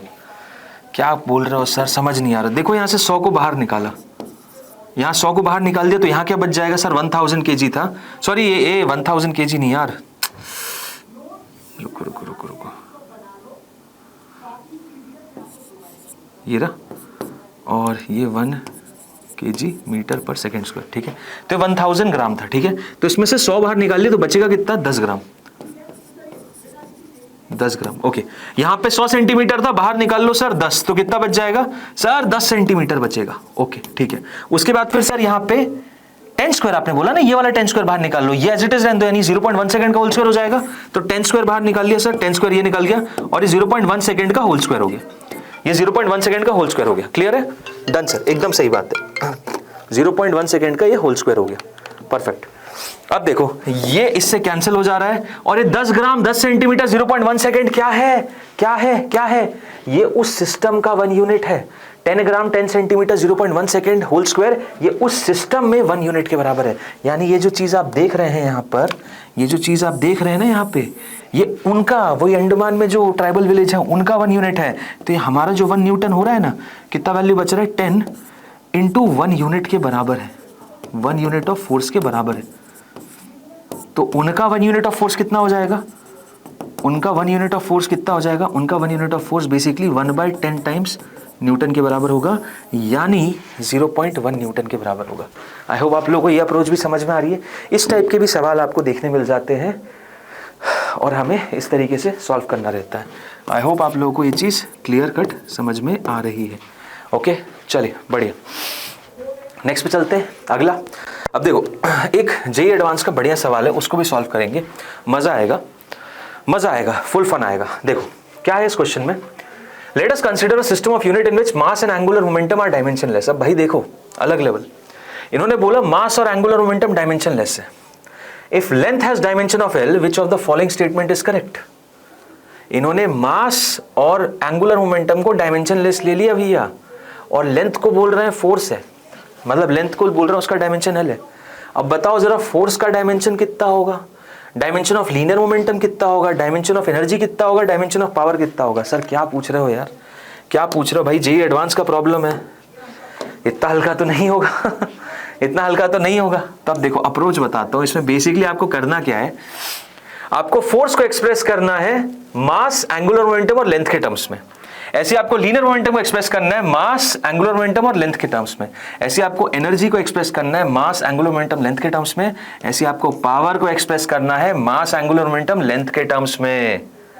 बात समझ में आ रही है, और तब जाके आपका आंसर निकलेगा, क्योंकि मास और एंगुलर मोमेंटम डायमेंशनलेस हो जाएंगे, लेंथ का डायमेंशन है और सारे एल के टर्म्स में दिया हुआ है। तो सॉरी, तो बहुत ज़्यादा टाइम सा लग सकता है इसको करने में। नहीं, ज़्यादा टाइम नहीं लगेगा, थोड़ा दिमाग लगाओगे ना तो अपने आप हो जाएगा।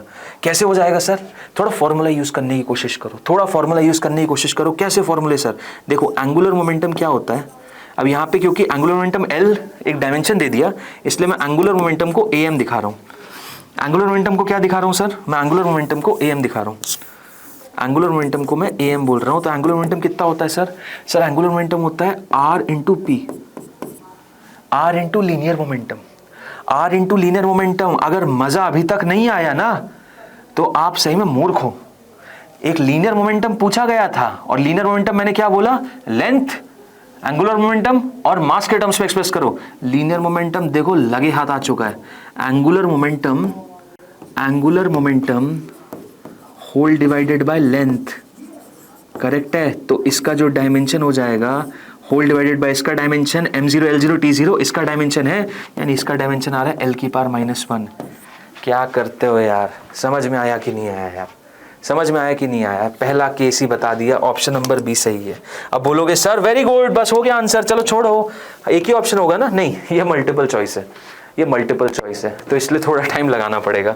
हालांकि एक ही आंसर होता तो फिर आराम से कर लेते। अगर नीट में आया होता तो मल्टीपल चॉइस नहीं होता, सिंगल आंसर करेक्ट था, तो हम फट से कर देते। चलो नेक्स्ट पे चलते हैं। क्या बात है सर, आपने तो लगे हाथ एकदम लीनियर मोमेंटम में निकाल दिया सर, वेरी गुड यार, never expected this from you sir, but brilliant, very very good, बहुत अच्छे सर, बहुत अच्छे, बहुत ही ज़्यादा बढ़िया। अब क्या अप्रोच नेक्स्ट, अब नेक्स्ट अप्रोच ये सोच रहा हूँ मैं, जो एनर्जी होती है, अच्छा लीनियर मोमेंटम क्या होता है सर, लीनियर मोमेंटम होता है half of mv square, half of mv square. Sorry, linear momentum जो होता है वो m इंटू वी होता है, करेक्ट है, हाँ यस सर। तो जो एनर्जी होता है भैया, जो एनर्जी होता है, काइनेटिक एनर्जी ले लो, काइनेटिक एनर्जी ले लो, तो काइनेटिक एनर्जी p²/2m याद है, अरे याद है कि नहीं है। लीनियर मोमेंटम का निकाल दिया ना डायमेंशन, तो अब मास का डायमेंशन निकालना तो बाएं हाथ का गेम है। तो एनर्जी कितना हो जाएगा, एनर्जी का जो डायमेंशन होगा that will be the dimension of linear momentum whole square whole divided by the dimension of mass. अब मास तो हमारा भैया डायमेंशनलेस क्वांटिटी है, दिया हुआ है, mass and angular momentum are dimensionless. तो ये डायमेंशनलेस है, लीनियर मोमेंटम का L की पावर -1 है, तो देखो ये हो जाएगा L की पावर -2। क्या बोलते हो भाई, समझ आया कि नहीं आया? तो एनर्जी का डायमेंशन L की पावर -2। ऑप्शन नंबर सी भी सही है, ऑप्शन नंबर सी भी सही है। बात समझ में आई? अब बात करते हैं अगले की, बात करते हैं अगले की। अगले की बात करने के लिए अब देखो सिंपल सी चीज है, लीनियर मोमेंटम है मेरे पास, इसको डिवाइडेड बाय टाइम कर दूंगा तो फोर्स आ जाएगा, मानते हो ना? और एनर्जी है मेरे पास, इसको भी डिवाइडेड बाय टाइम कर दूंगा तो पावर आ जाएगा। तो टाइम अटक रहा है, टाइम अटक रहा है, टाइम अटक रहा है। अब टाइम कैसे अटक रहा है? क्योंकि टाइम का डायमेंशन नहीं पता, तो निकाल देते हैं ना। कैसे निकालोगे? ये फॉर्मूला बैठाते हैं, ये फॉर्मूला उठाते हैं। कैसे उठाओगे सर? ये फॉर्मूला उठाया मैंने, लीनियर मोमेंटम का जो डायमेंशन है वो हो जाएगा dimension of mass into dimension of velocity. और वेलोसिटी क्या होता है sir? Length upon time, length upon time, correct है। तो मास डायमेंशन लेस है, लेंथ का डायमेंशन L है, टाइम का डायमेंशन कितना हो जाएगा? टाइम का डायमेंशन पूछोगे तो L लीनियर मोमेंटम था L की पावर -1, उसमें एक और L नीचे आएगा तो L की पावर -2 हो रहा है। क्या आपको समझ में आ रहा है? क्या आपको ये बात समझ में आ रही है? एनर्जी और टाइम का डायमेंशन सेम है, देख लो। एनर्जी और टाइम का डायमेंशन सेम है। लेंथ का डायमेंशन L दिया हुआ है, हाँ सर लेंथ का डायमेंशन L दिया हुआ है, तो लेंथ यहाँ नीचे आएगी, लेंथ यहाँ नीचे आएगी। अरे यार सो सॉरी, नहीं रुको रुको रुको, टाइम जो है, टाइम इधर जाएगा, टाइम इधर जाएगा, टाइम इधर जाएगा, लीनियर मोमेंटम नीचे आएगा, तो लेंथ का जो डायमेंशन है, जो हमारा लेंथ का डायमेंशन है L हो जाएगा, और लीनियर मोमेंटम L की पावर -1 ऊपर जाएगा तो L² आ रहा है। I am so sorry, same नहीं है, ऑपोजिट है, ठीक है। तो टाइम का डायमेंशन निकाल दिया बेटा। अब टाइम का डायमेंशन निकाल दिया तो अब फोर्स निकालना भी बाएं हाथ का खेल है। Force is basically linear momentum by time t। तो जो F का डायमेंशन हो जाएगा, लीनियर मोमेंटम का डायमेंशन है L की power -1 whole divided by time का डायमेंशन है L की पावर 2, फाइनल आ रहा है ये L की पावर -3। तो फोर्स का जो डायमेंशन है L की पावर -2 नहीं -3 है, रॉन्ग, रॉन्ग, क्लियर। ऐसे ही अगर मैं पावर की बात करूंगा तो जो पावर है वो एनर्जी अपॉन टाइम होता है, ठीक है। अब एनर्जी का डायमेंशन कितना है? एनर्जी का L की पावर -2 है, और टाइम का कितना हो जाएगा? टाइम का डायमेंशन हो जाएगा आपका, टाइम का डायमेंशन कितना है? L², correct.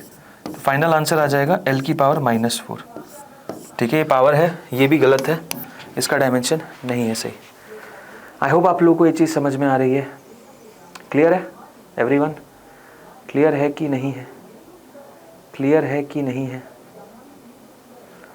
ठीक है। FL³ इंटू L, L -2, हाँ ठीक है, परफेक्ट है, सही है। तो angular momentum upon length L R cross P, ठीक है, परफेक्ट है, क्लियर है ना। एनर्जी आ जाए P²/2m L, ठीक है, L की पावर -2, डन। एनर्जी आ गया, अब m इंटू वी है -1 अपॉन लेंथ, ठीक है, परफेक्ट यार, एकदम सही, क्लियर। तो ऑप्शन नंबर बी और सी एकदम करेक्ट आंसर, ठीक है। देखा आपने किस तरीके से आप जे एडवांस का प्रॉब्लम भी सॉल्व कर रहे हैं। अब देखिए कुछ लिमिटेशंस देख लेते हैं डायमेंशन एनालिसिस के। तो लिमिटेशंस आपके पास सिंपल ही है, कुछ ज्यादा नहीं है। Proportionality constant can not be determined by dimension analysis, yes. जैसे मान लो t = 2π√L/g होता है, ये time period of a simple pendulum होता है, you can not find out 2π। दूसरा formula containing non algebraic some like sine, cos, log, exponential आप नहीं डिराइव कर सकते। जैसे इक्वेशन ऑफ वेव आप नहीं निकाल सकते, इक्वेशन ऑफ वेव में साइनोसॉइडल फंक्शन आता है। फॉर्मूला विच कंटेन्स 2 और मोर टर्म, जैसे s = ut + ½ t² कभी नहीं निकाल पाओगे क्योंकि यहाँ पे सम है, तो ये भी पॉसिबल नहीं होता। Formula containing dimensional constants can not B derived, जैसे मान लो F = आपको पता था जो फोर्स है वो मास पे डिपेंड कर रहा है, m1 और m2 पे डिपेंड कर रहा है, और r पे डिपेंड कर रहा है, ठीक है। तो आप इनकी पावर 1 और स्क्वायर निकाल दोगे, लेकिन इसमें जो एक कांस्टेंट है ना वो डायमेंशनल कांस्टेंट है, वो डायमेंशनल कांस्टेंट है, तो आप ये रिलेशन नहीं एग्जिस्ट करवा सकते क्योंकि ये जो कांस्टेंट है वो नॉर्मल डायमेंशनलेस कांस्टेंट नहीं, डायमेंशनल कांस्टेंट है। आप डायमेंशनल एनालिसिस कहां यूज कर सकते हो? जहां पे आपको प्रोपोर्शनैलिटी सारे टर्म्स से पता हो, सारे टर्म्स से पता हो, और जो कांस्टेंट होगा वो एक डायमेंशनलेस वैल्यू, जैसे ये 2π, तब आप टी, एल और जी का निकाल सकते हो। ये वैल्यू नहीं निकाल सकते आप Newton's law of gravitation dimensional analysis से नहीं निकाल सकते। पता चले न्यूटन ऊपर से देख के बोल रहे हो भाई मैंने इतने साल लगा दिए निकालने में, इन कल के लड़कों ने डायमेंशनल एनालिसिस से मेरा फॉर्मूला निकाल दिया, तो that's not possible. Dimensional analysis does not differentiate between a scalar and vector quantity. Absolutely displacement, velocity, उसके लिए स्पीड और डिस्टेंस जैसे ही है। If we do not know the physical quantities on which the physical quantity depends, we cannot even predict to derive a formula. जैसा मैंने simple बोला था, अगर आपको लगता है जैसे न्यूटन्स लॉ ऑफ ग्रेविटेशन बोलने से पहले हम क्या बोलते हैं, sir the force between two bodies is directly proportional to the product of the masses inversely proportional to the square of the distance between them. अगर मैं इसको यूज करके फॉर्मूला निकालूंगा तो आंसर नहीं आएगा, because I don't know all the physical quantities. मेरे को जी के बारे में पता ही नहीं है। तो अगर आपको सारी फिजिकल क्वांटिटीज नहीं पता जिस पे डिपेंडेंसी है उसकी, आप कभी भी डायमेंशनल एनालिसिस यूज नहीं कर सकते। ये सारे लिमिटेशंस हैं। आई होप आप लोग को ये चीज समझ आती है। अब डायमेंशनल एनालिसिस खत्म होने के बाद हम स्टार्ट करेंगे हमारा नेक्स्ट सेक्शन जो कि है एरर एनालिसिस। अब एरर एनालिसिस में हमें क्या देखना है, तो देखिए एरर एनालिसिस में मैं बात करूंगा सबसे पहले एरर कैसे कैलकुलेट किया जाता है, अगर आपको बहुत सारी वैल्यूज दी हुई हैं। नेक्स्ट चीज यहां पे आ जाती है आपका एरर प्रोपगेशन। एरर प्रोपगेशन पे सवाल आते हैं, ठीक है। तो एरर बहुत ज्यादा बड़ा नहीं है, सिंपल सा है। शुरू करते हैं, फटाफट आंसर निकालेंगे, बहुत जल्द आंसर आ जाएगा। देखो सबसे पहले तो एक्यूरेसी और प्रिसिशन का मतलब समझने की कोशिश करो, इसमें थोड़ा कंफ्यूजन रहता है। एक्यूरेसी का मतलब सिंपल ये होता है कि आप ट्रू वैल्यू से कितना पास है, आप ट्रू वैल्यू से कितना पास है। जैसे मान लो एक आपने आर्चरी का गेम अगर देखा है तो इसको बुलसाई बोलते हैं, इसको बुलसाई बोलते हैं। अब मान लो आप शॉट लिए जा रहे हो, आप शॉट लिए जा रहे हो, आपके शॉट जो है वो एक यहां गिर रहा है, एक यहां गिर रहा है, एक यहां गिर रहा है, करेक्ट है, एक यहां गिर रहा है। तो आप काफी एक्यूरेट हो, आप काफी एक्यूरेट हो, मतलब ट्रू वैल्यू ये रही और आपकी जो वैल्यू है वो इसके पास है। तो आपकी जो मेजर्ड वैल्यू अगर ट्रू वैल्यू के पास है तो आप एक्यूरेट हो। Okay. Precision on the other hand devices, instruments की होती है। अब प्रेसिशन का मतलब यह है कि आप बेसिकली जिस तीर से मार रहे हो वो तीर इतना सटीक है, वो तीर इतना सटीक है कि वो जो पॉइंटर्स पे मार रहा है वो इतने करीब है, जैसे मान लो इधर मार रहा है ये,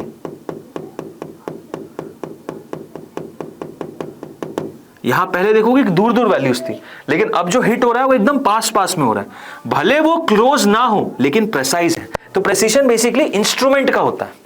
प्रेसिशन किसका होता है? प्रेसिशन इंस्ट्रूमेंट का होता है जिसकी लीस्ट काउंट ज्यादा से ज्यादा छोटी हो, जो सबसे छोटे से छोटा वैल्यू को भी मेजर कर पाए।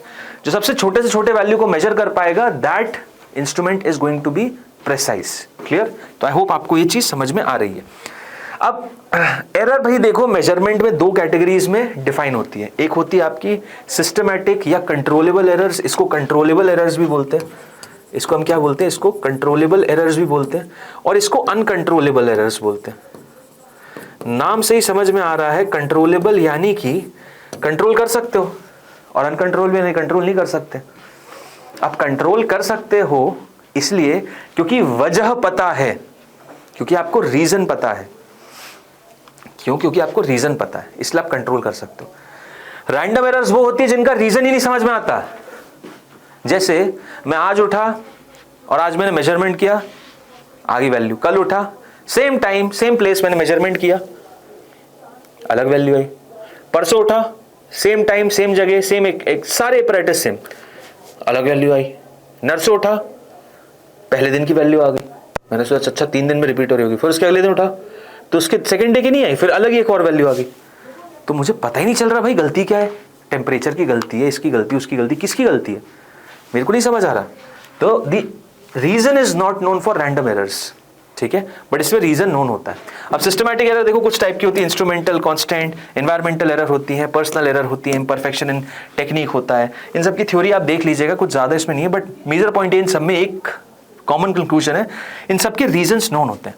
वही अगर मैं रैंडम एरर की बात करूंगा तो रैंडम एरर्स में आपको you don't know the reason, you don't know the reason when same person repeat the same observation he may get different values.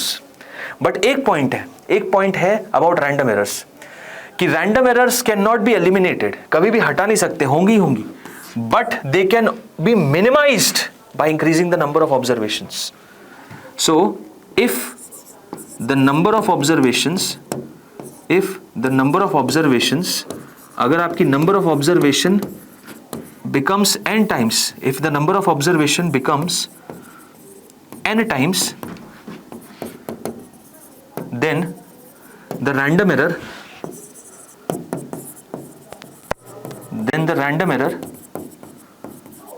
becomes 1 by n times. Then the random error becomes 1 by n times. अगर आपकी number of observation n times हो जाती है तो आपकी random error जो होगी ना वो 1 by n टाइम्स हो जाएगी. That will become 1 by n times. Clear? समझ आ रही बात? तो रैंडम एरर आपकी 1 by n टाइम्स हो जाएगी. डन. ऐसी एक लीस्ट काउंट एरर होती है. लीस्ट काउंट एरर बेसिकली वो एरर कहलाती है जो स्मॉलेस्ट वैल्यू होती है ना किसी भी इंस्ट्रूमेंट की, उतनी एरर होती है. जैसे मीटर स्केल की जो स्मॉलेस्ट वैल्यू आप मेजर कर सकते हो वो 1 mm है. तो जब भी आप मीटर स्केल से कोई भी मेजरमेंट ले रहे हो, यू हैव द पोटेंशियल कि आप लीस्ट काउंट एरर कर सकते हो. अब मेजरली लीस्ट काउंट एरर वहां काउंट की जाती है जहां पे ऑलरेडी एरर मेंशन्ड ना हो, जहां पे नहीं बताई गई हो कि एरर कितना है. अब आपको नहीं बताई जाएगी तो आप एक लीस्ट काउंट एरर एक स्टैंडर्ड लेके चलोगे. तो लीस्ट काउंट एरर कितनी हो सकती है? 0.1 सेंटीमीटर या 1 mm या फिर 10⁻³ ऐसी. अगर मैं वर्नियर कैलिपर की बात करूं तो ये थोड़ा प्रिसाइज होता है मीटर स्केल से, तो इसकी लीस्ट काउंट 0.1 mm होती है. वहीं अगर मैं स्क्रू गेज की बात करूंगा तो ये फर्दर प्रिसाइज होता है वर्नियर कैलिपर से और इसकी 0.01 mm होती है. यहां इसलिए बताया क्योंकि हम वर्नियर और स्क्रू गेज दोनों करने वाले हैं अभी थोड़ी देर के बाद ही. ठीक है, चलो. तो ये आई थिंक आप लोगों को समझ में लीस्ट काउंट होता है. अब देखो, पहला वैरायटी जो एरर एनालिसिस से आता है वो यह है. ये आपके सामने यहाँ पे एक क्वेश्चन दिया हुआ है. ये ऐसे एक सिमिलर क्वेश्चन नीट में भी पहले आ चुका है. तो पहली वैरायटी ये है कि भैया एरर पता करके बताइए कितनी होगी. मैंने 5 ऑब्जर्वेशन की time period of a simple pendulum की, जिसकी रीडिंग आ रही है 2.5, 2.4, 2.3, 2.6, 2.7. अब मुझे बताना है फाइंड एब्सोल्यूट एरर और मीन एरर. एब्सोल्यूट एरर और मीन एरर पता करना है. कैसे पता करेंगे? चलो बताता हूं. सबसे पहला अप्रोच इसमें ये रहता है कि आप सबसे पहले तो इन सबका मीन निकाल दो सर. इन सबका मीन निकालो, टी मीन निकालो. तो टी मीन कितना हो जाएगा sir? 2.5 plus 2.4 plus 2.3 plus 2.6 plus 2.7, correct, whole divided by 5. Whole divided by 5. ठीक है सर, परफेक्ट परफेक्ट. 2 इसको दिया, 1 इसको दिया. सर ये तो 25 × 5 सर 625 आ रहा है यार. हैं? नहीं सॉरी 625 नहीं सर, ये तो 12.5 आ रहा है सर. कितना आ रहा है? 12.5. 12.5 by 5 आ रहा है सर, यानी ये 2.5 आ रही है सर वैल्यू. मीन है तो एरर ये आ गया, सॉरी मीन नहीं, मीन वैल्यू जो आ गई वो तो सर ये आ रही है 2.5 सेकेंड. करेक्ट. अब मीन जैसे ही आपने निकाल लिया है, मीन जैसे आपने निकाल लिया है, अब आप नेक्स्ट चीज करेंगे जो कि है आप डेल्टा टी निकालेंगे. आप क्या निकालेंगे? डेल्टा टी निकालेंगे और उनका मीन निकालेंगे. और डेल्टा टी मीन क्या हो जाएगा sir? Delta T1 plus delta T2 plus delta T3 plus delta T4 plus delta T5 whole divided by 5. और एक और चीज है, यहां इनका मॉड लूंगा मैं, यहां इनका मॉड लूंगा मैं. अब इसका मतलब समझने की कोशिश करो. मैं करना क्या चाह रहा हूं, मैंने पहले बार में 2.5 का एक रीडिंग लिया, दूसरी बार में 2.4 लिया, 2.3, 2.6, 2.5. अब मैं बस ये चेक करना चाह रहा हूं कि पहली बार में अपने मीन से कितना ज्यादा अलग वैल्यू लेकर आया हूं. कम या ज्यादा नहीं, अलग कितनी लेकर आया हूं, मतलब डिफरेंस कितना है, चेंज कितना है मीन से. तो यहां पहली बार में बात करोगे सर डेल्टा T1 हो जाएगा 2.5 माइनस 2.5. पहली बार में बात करोगे सर 2.5 माइनस 2.5. दूसरी बार में अगर मैं बात करूंगा तो दूसरी बार में सर 2.4 माइनस 2.5. तीसरी बार में बात करूंगा सर तो 2.3 माइनस 2.5. चौथी बार में बात करूंगा सर तो 2.6 माइनस 2.5. पांचवी बार में बात करूंगा सर तो 2.7 माइनस 2.5. होल डिवाइडेड बाय 5 करना है सर, होल डिवाइडेड बाय 5 करना है सर. डन. अब यहां कितना आ रहा है सर? ये तो सर 0 आ रहा है. यहां कितना आ रहा है सर? ये तो 0.1 आ रहा है सर. नेगेटिव आ रहा है, मॉड ले लिया ना, बस वेरिएशन पता करना और कुछ नहीं. यहां आ रहा है सर 0.2 आ रहा है सर, यहाँ आ रहा है सर 0.1 आ रहा है सर, यहाँ आ रहा है 0.2 आ रहा है सर, बट सर ये पॉजिटिव है, ये तो नेगेटिव है, तो मैंने मॉड लिया है, मेरे को नहीं पता करना। नेगेटिव एरर नहीं होती, एरर कभी भी सब्ट्रैक्ट नहीं होती है, एरर हमेशा ऐड होती है। ये भी एक पॉइंट याद रखो। अब इसको ऐड करूंगा तो 1 2 3 3 3 6 0.6 आ रहा है सर, तो 0.6 by 5 यानी 0.12 आ रहा है सर, 0.12 आ रहा है सर, 0.12 आ रहा है सर। यानी डेल्टा टी मीन जो आ रहा है सर, जो डेल्टा टी मीन आ रहा है वो बेसिकली 0.12 आ रहा है। अब ये जो डेल्टा टी मीन है, ये जो डेल्टा टी मीन है, इस डेल्टा टी मीन को मैं बोलता हूं, अलग अलग नाम है, absolute error, mean error,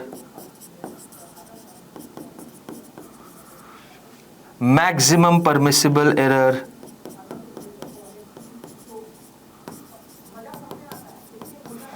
maximum permissible error, ठीक है, mean absolute error, accuracy in measurement, अलग अलग नाम रहते हैं इस चीज को दिखाने में। और जब आपने ये वैल्यू निकाल दी ना, तब पता आप कैसे लिखते हो? तब बताओ आपको कैसे लिखते हैं? तब लिखते हैं हम कि सर देखो जो टाइम पीरियड ऑफ पेंडुलम है ना, जो टाइम पीरियड ऑफ पेंडुलम है वो देखो फिर ऐसे लिखा जाता है, that is T mean plus minus delta T mean, T mean plus minus delta T mean. यानी टाइम पीरियड लिखा जाएगा sir 2.5 second plus minus 0.12 second. Clear है? ये अप्रोच हो जाती है टाइम पीरियड लिखने की, ये अप्रोच हो जाती है टाइम पीरियड लिखने की। आई होप आप लोगों को ये चीज समझ आ रही है। So this is how you are going to write down the time period. अब दूसरी पार्ट की बात करते हैं सर, इसमें बताना है एब्सोल्यूट एरर, मीन एरर कितना है, रिलेटिव एरर कितना, परसेंटेज एरर कितना है। कोई नहीं, एब्सोल्यूट एरर बताते हैं। एब्सोल्यूट एरर तो बता दिया सर आपने। अरे एब्सोल्यूट एरर तो अभी बताया ना सर। एब्सोल्यूट एरर कितना है सर? ये जो लिखा हुआ भाई तो है 0.12। ठीक है, उसके बाद नेक्स्ट चीज है sir relative error. Sir relative error देखो हो जाता है, अगर आपसे कोई रिलेटिव एरर पूछ रहा है तो हो जाएगा 0.12 होल डिवाइडेड बाय 2.5, यानी 12/250। और फर्दर सॉल्व करना चाहो तो 2 से जा रहा है 6/125, ये भी कर सकते हो। और अगर मैं सी पार्ट परसेंटेज एरर की बात करूंगा, सी पार्ट अगर मैं परसेंटेज एरर की बात करूंगा, ठीक है, तो परसेंटेज एरर हो जाएगा, रिलेटिव एरर जो हुआ 6/125 इंटू 100, तो 25 5 से जाएगा, 25 4 से जाएगा, तो 24/5, 25 गुणे 5 25 गुणे 4 24/5, यानी कि 4.8%। This is the error, 4.8% this is the error. I hope आप लोग को समझ में आया। तो भाई मैंने रिलेटिव एरर निकाल दी, एब्सोल्यूट एरर निकाल दी, परसेंटेज एरर निकाल दी। आई होप पॉइंट क्लियर है कैसे करना है, कोई इसमें डाउट नहीं होना चाहिए, कोई भी इसमें डाउट नहीं होना चाहिए। ठीक है, ये पहला वैरायटी है। दूसरा इसमें आता है प्रोपगेशन ऑफ एरर। अब प्रोपगेशन ऑफ एरर कैसे काम करता है, तो देखो प्रोपगेशन ऑफ एरर में सबसे पहला केस आता है सब्ट्रैक्शन और एडिशन का। तो यहाँ पे एडिशन है। अब यहाँ पे दिया हुआ है क्वांटिटी है z equals to x plus y. इसमें बताना है कि भाई दिया हुआ है x और y में error delta x delta y, तो z में कितनी होगी, तो सिंपल चीज से डेल्टा z जो हो जाएगा delta x plus delta y। जो भी एरर x में होगी, जो भी एरर y में होगी, दोनों ऐड हो जाएंगी तो z में एरर आ जाएगी। केस 2 यहाँ पे दिया हुआ z equals to x minus y. तो एडिशन हो या सब्ट्रैक्शन हो, एडिशन हो या सब्ट्रैक्शन हो, जो नेट एरर आएगी z में वो दोनों का एडिशन रहेगी। तो डेल्टा z यहाँ पे delta x plus delta y हो जाएगा। तो सब्ट्रैक्शन हो या एडिशन हो, दोनों ही केसेस में जो नेट एरर आती है वो एडिशन होती है दोनों एरर्स की, यानी delta z delta x plus delta y के बराबर होगा। आई होप ये चीज समझ आ रही है आपको। This is propagation of error. अब इसी में अगर आप मल्टीप्लिकेशन के साथ या डिवीजन के साथ हैं, जैसे मान लो xy है और x/y है, तो देखो यहाँ पे आपको बता देता हूं, ये जो आते हैं मेथड ये बेसिकली डिफरेंशिएशन से आते हैं। इसमें बताओ डिफरेंशिएशन क्या बोलता है, dz will be equal to dx plus dy। ऐसी dz will be equal to dx minus dy, लेकिन ऐड नहीं हो सकती। यहाँ पे एक नोट बना लो कि errors can never be subtracted, errors can never be subtracted, and since errors can never be subtracted, therefore delta z equals to delta x plus delta y रहेगा, ठीक है। अब केस 3 की अगर मैं बात करूं, combination of errors in case of multiplication and division, तो देखो यहाँ पे आपको तरीका बता देता हूं, डिराइव करके बताता हूं, जिससे क्योंकि आप बोल देते हैं बस, कोई डिराइव नहीं करवाता। आओ डिराइव करते हैं, आओ डिराइव करते हैं। मैं यहाँ पे differentiation of z equals to differentiation of x into y लिखना चाह रहा हूं, ठीक है। अब डिफरेंशिएशन ऑफ z कितना हो जाएगा, तो dz will be equal to d of xy कितना हो जाएगा, x dy plus y dx, x dy plus y dx, dz will be equal to x dy plus y dx, correct. अब क्या करना है सर, सर अब दोनों तरफ डिवाइडेड बाय z कर दो, करेक्ट, और इस z की जगह xy ले लो, तो dz by z is equal to x dy plus y dx whole divided by z की जगह xy ले लिया। अब ये xy इधर जाएगा, ये xy उधर जाएगा, तो dz by z will be equal to x dy upon xy यानी कि dy upon y plus y dx upon xy, तो dx अपॉन x। देख लो अभी जो डिफरेंशिएशन है उसी की जगह तो मैंने डेल्टा x वही लिखा था, वही तो मैंने लिखा था। इसमें error propagation delta z by z equals to delta x by x plus delta y by y, यानी रिलेटिव एरर से ये चीजें रिलेट होंगी। जैसे देखो natural log z will be equal to natural log x upon y, दोनों तरफ natural log ले लिया। अब ये बेसिकली हो जाएगा natural log z is equal to natural log x minus natural log y, correct. अब differentiation of natural log z will be equal to differentiation of natural log x minus differentiation of natural log y, correct. तो ये कितना हो जाता है, ये होता है 1 अपॉन z dz। देखो इसका इंटीग्रेशन ही आपका ln z होता है, ये हो जाता है 1 अपॉन x dx और ये हो जाता है 1 अपॉन y dy, ठीक है। तो फाइनली क्या आ जाता है आपके पास, dz upon z plus dz upon z plus is equal to dx upon x minus dy upon y, correct है। और क्योंकि एरर्स ऐड नहीं होती इसलिए प्लस कर देता हूँ। सेम चीज आप नेचुरल लॉग इसमें भी कर सकते हो, उससे भी आंसर आ जाएगा, लेकिन यहाँ पे प्रोडक्ट रूल से भी आ गया। तो फाइनली लॉन्ग स्टोरी शॉर्ट भाई, हमें जो लिखना है वो बता देता हूँ, delta z by z is equal to delta x by x plus delta y by y। देखो ये सब मैं कर इसलिए रहा हूं आप लोगों को इन डेप्थ दिमाग में बैठाने के लिए कि डिफरेंशिएशन बहुत छोटे चेंजेस के लिए एग्जिस्ट करता है और ये एरर एनालिसिस भी बहुत छोटे परसेंटेज चेंज के लिए एग्जिस्ट करता है। कभी भी इसको बड़े परसेंटेज चेंज में काउंट मत कर लेना, फंस जाओगे। क्लियर है? आई होप आप लोगों को ये चीज समझ में आ रही है। और यही चीज अगर मैं कॉम्बिनेशन की बात करूंगा, जैसे मान लो z equals to kx raise to the power n है, ठीक है। तो अब इसमें क्या हो जाएगा, delta z by z will be equal to k में तो कोई चीज नहीं, डेल्टा x बाय x रहेगा और जो पावर है ना वो ऐसे आ जाती है, जो पावर ऐसे आ जाती है। एक स्टैंडर्ड इसका एग्जांपल देखूं, जैसे मान लो z equals to a raise to the power b raise to the power q और c raise to the power r है। तो डेल्टा z बाय z जो हो जाएगा वो p times delta a by a के बराबर होगा, जो भी पावर है नीचे आ जाती है, q times delta b by b के बराबर होगा और r times delta c by c के बराबर होगा, ठीक है। तो इस तरीके से आप डेल्टा z बाय z निकाल सकते हैं, इस तरीके से आप डेल्टा z बाय z निकाल सकते हैं। ओके, आई होप ये चीज समझ में आ रही है। तो आई होप आप लोगों को ये चीज समझ में आ रही होगी। एक और क्वेश्चन इसी पे ट्राई करते हैं हम। जैसे देखिए नेक्स्ट क्वेश्चन ये रहा, एक फिजिकल क्वांटिटी p है and it is related to 4 observables a b c and d as follows, ठीक है सर, परफेक्ट। अब यहां पर p की वैल्यू दे दिए a cube b square upon d root c, ठीक है। ओके, तो बताओ जरा इसमें हमको पता क्या करना है, percentage error in quantity p। Simple देखो आपको a b c और d में परसेंटेज एरर दी है, तो जो डेल्टा p बाय p हो जाएगा that will be equal to a की पावर 3 है तो 3 times delta a by plus b की पावर 2 है तो 2 times delta b by b plus c की पावर 1 बाय 2 है। देखो d पहले दिया लेकिन c को देखना 1 by 2 into delta c by c और साथ ही साथ d का दिया हुआ है delta d by d, correct है। तो अब यहां पर बस परसेंटेज लिख दो, आंसर आ जाएगा 3 into 1 plus 2 into 3 plus 1 by 2 into 4 plus 2%।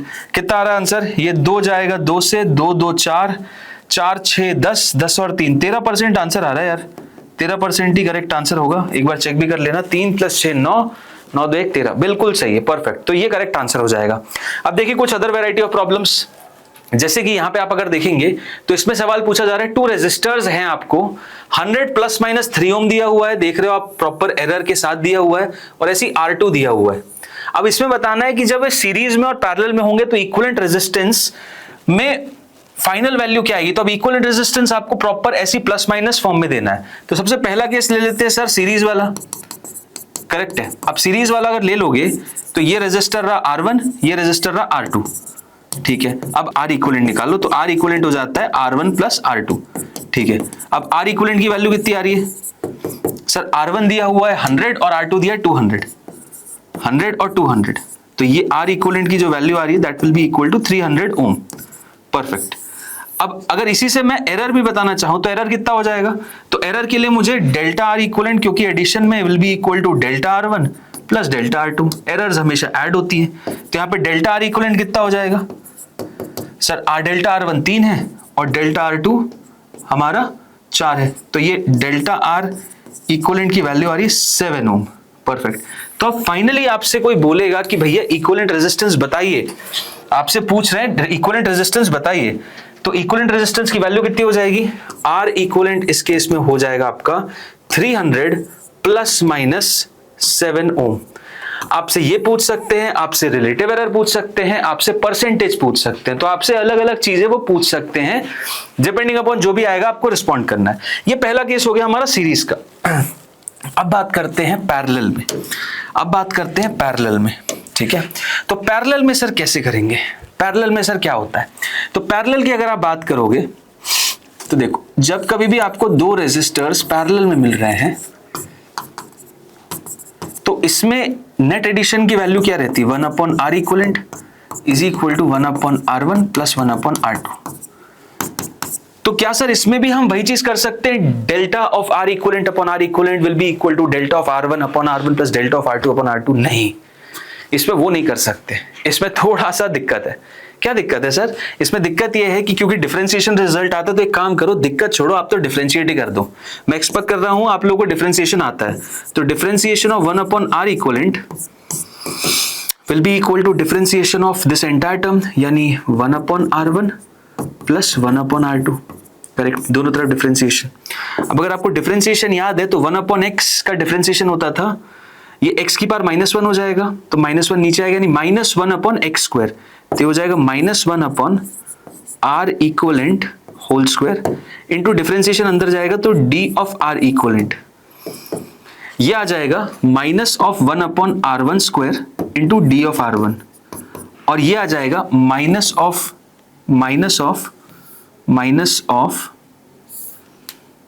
1 upon R2 square into D R2, correct. अब ये नेगेटिव नेगेटिव नेगेटिव कैंसिल हो जाएगा, और फाइनली आपके सामने जो एक्सप्रेशन बचेगा वो कितना आ जाएगा, ये सर एक्सप्रेशन बच रहा है आपके सामने, d of R equivalent upon R equivalent whole square will be equal to d of R1 upon R1 whole square plus d of R2 upon R2 whole square. ये आपके सामने इक्वेशन आ जाएगी, correct है। अब हमें ये d जो आ रहा है यही तो हमारा आंसर निकालना है, यही तो है हमारा अप्रोच। हमें जो करना था, हमें बेसिकली इससे एरर बतानी थी। सबसे पहले तो R इक्विवेलेंट की वैल्यू बता देते हैं, तो 1 अपॉन R इक्विवेलेंट कितना आ रहा है sir, 1 upon 300 plus 1 upon 200, sorry 1 upon 100 plus 1 upon 300, 1 upon 100 है, 1 अपॉन 100 प्लस 1 अपॉन 200 है ना, हाँ 200 है, ठीक है। दो इधर करो मल्टीप्लाई, तो 200 आ जाएगा, 2 प्लस 1, यानी R इक्विवेलेंट की जो वैल्यू आ रही है वो 200/3 आ रही है, R इक्विवेलेंट की जो वैल्यू आ रही है वो 200/3 आ रही है, परफेक्ट है, कोई दिक्कत नहीं, परफेक्ट है, सॉर्टेड, मेक सेंस। अब बात करते हैं नेक्स्ट की। नेक्स्ट क्या है सर, एरर कैसे निकालें। तो एरर के लिए आपको सिंपल सी चीज, एरर के लिए आपको सिंपल, अरे क्या हो रहा है यार ये, एरर के लिए आपको सिंपल सी चीज, delta R equivalent upon R equivalent whole square will be equal to delta R1 upon R1 square plus delta R2 upon R2 square, that's it. अब डेल्टा R इक्विवेलेंट की वैल्यू क्या है sir, वही तो निकाल लिए। डेल्टा R1 दिया है, हाँ सर डेल्टा R1 दिया 3, डेल्टा R2 दिया है, हाँ सर दिया है, और R1 R2 दिया, R1 R2 भी दिया है, तो बस फिर वैल्यूज रखो यहाँ पे, देखो कितना आ रहा है, delta R equivalent is to R equivalent कितना आ रहा है sir, 200/3, 200/3 whole square will be equal to delta R1 कितना आ रहा है सर डेल्टा R1 की वैल्यू 3 है, तो 3/R1 स्क्वायर कितना है sir 100 square, plus delta R2 कितना आ रहा है सर 4/R2 स्क्वायर जो कि है 200 square. Correct sir, perfect perfect. अब सर देखो 00 whole square 00 whole square 00 whole square cancel कर देना, यहाँ 4/2 स्क्वायर भी कैंसिल कर देना, 3 बच रहा है, और ये 4/9, यानी डेल्टा R इक्वलेंट भी देखो सर आ गया, डेल्टा R इक्वलेंट की जो वैल्यू आ रही है ये 4/9 इधर जाएगा, इंटू ये 3 + 1 4, यानी 16/9 ओम, यानी डेल्टा R इक्वलेंट फाइनली अगर आपसे R इक्वलेंट कोई पूछेगा तो that will be equal to 200/3 plus minus 16/9 ohm, 16/9 ohm, 200/3 plus 16/9 ohm, this is going to be the answer. समझ में आया? तो ये एक स्पेसिफिक केस होता है जब आपको एडिशन इस फॉर्म में दिया जाए और आपको इक्विवेलेंट ऐसे निकालना रहता है, ठीक है। एक और बहुत बड़ी गलती करते हैं हम, अब वो क्वेश्चन से समझाता हूं, जस्ट देखो क्वेश्चन ही रहा, क्वेश्चन क्या दिया है, error in linear momentum is 10%, find the error in kinetic energy if mass is measured accurately. अभी क्वेश्चन कर देता है आदमी, देखो अब गलती भी करूंगा मैं और सही भी बताऊंगा। तो देखो सबसे पहले तो सर लीनियर मोमेंटम P और काइनेटिक एनर्जी के बीच का रिलेशन देख रहा है। सर काइनेटिक एनर्जी तो सर हमें पता है हाफ ऑफ mv² होता है, एक मास ऊपर और एक मास नीचे मल्टीप्लाई कर दूंगा तो हो जाएगा सर mv का whole square is to 2m, और mv तो लीनियर मोमेंटम होता है, यानी काइनेटिक एनर्जी की जो वैल्यू आ रही है वो असल में p²/2m आ रही है। अरे ब्रिलियंट सर, तब तो मजा ही आ गया। कैसे मजा आ गया सर? देखो डेल्टा k/k जो हो रहा है that will be equal to 2 times delta p/p plus delta m/m, ये हो जाएगा, ये आ जाएगा, क्लियर। डेल्टा k/k की जो वैल्यू आ जाएगी वो 2 times delta p/p plus delta m/m के बराबर होगा। अब दिया हुआ है कि एरर इन p इज 10% और दिया हुआ है mass is measured accurately. Mass is measured accurately का मतलब there is no error in the measurement of mass. तो डेल्टा k/k यहां से वैल्यू जो आएगा that will be equal to 2 × 10, that means delta k/k की जो वैल्यू आ रही है that is 20%। Perfect sir, perfect sir. और ऑप्शन में दिया रहेगा, लेकिन ये गलत आंसर होगा, ये गलत आंसर होगा, this is wrong, this is wrong. क्यों sir? Why this is wrong? This is wrong because आपको ये समझना बहुत जरूरी है कि ये जो फॉर्मूले आ रहे हैं कहां से आ रहे हैं, डिराइव करके बताया हर केस में, ये सब डिफरेंशिएशन से आ रहे हैं, और डिफरेंशिएशन एग्जिस्ट करता है बहुत छोटे चेंजेस के लिए।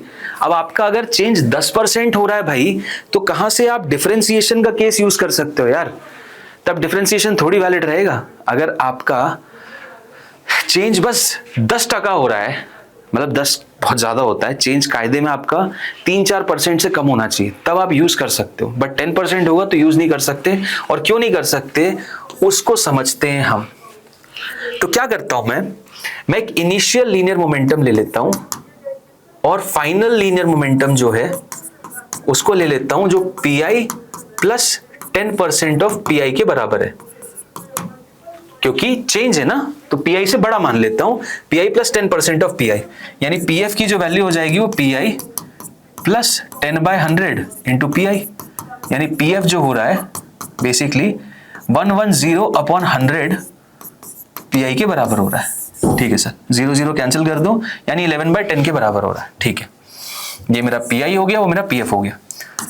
तो अब अगर मुझे डेल्टा k/k पता करना है और इंटू 100 भी करना है, यही हो जाएगा percentage error in kinetic energy, correct. तो अब डेल्टा k/k कितना हो जाएगा sir? Final minus initial kinetic energy upon initial kinetic energy into 100, correct. और फाइनल काइनेटिक एनर्जी कितनी हो जाएगी सर?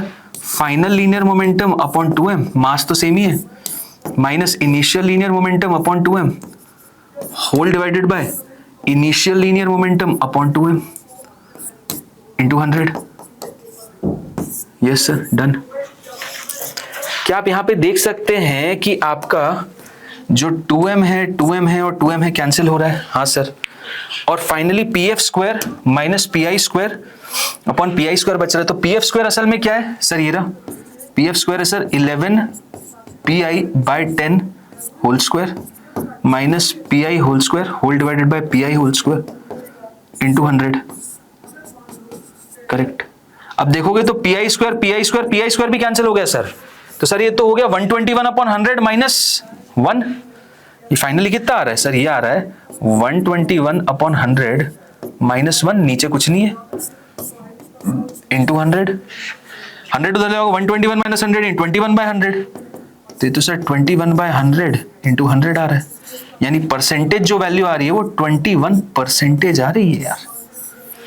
तुम बोलोगे सर ज्यादा चेंज थोड़ी है यार, आपने पहले 20 निकाला, इसमें आंसर 21 आ गया, ज्यादा चेंज है क्या? हाँ, ऑप्शन में दोनों दिए रहेंगे, 20 भी दिया रहेगा 21 भी दिया रहेगा, और ये आपका करेक्ट आंसर है, ये आपका करेक्ट आंसर है। This is basically your correct answer. समझ में आया? This is the right answer over here.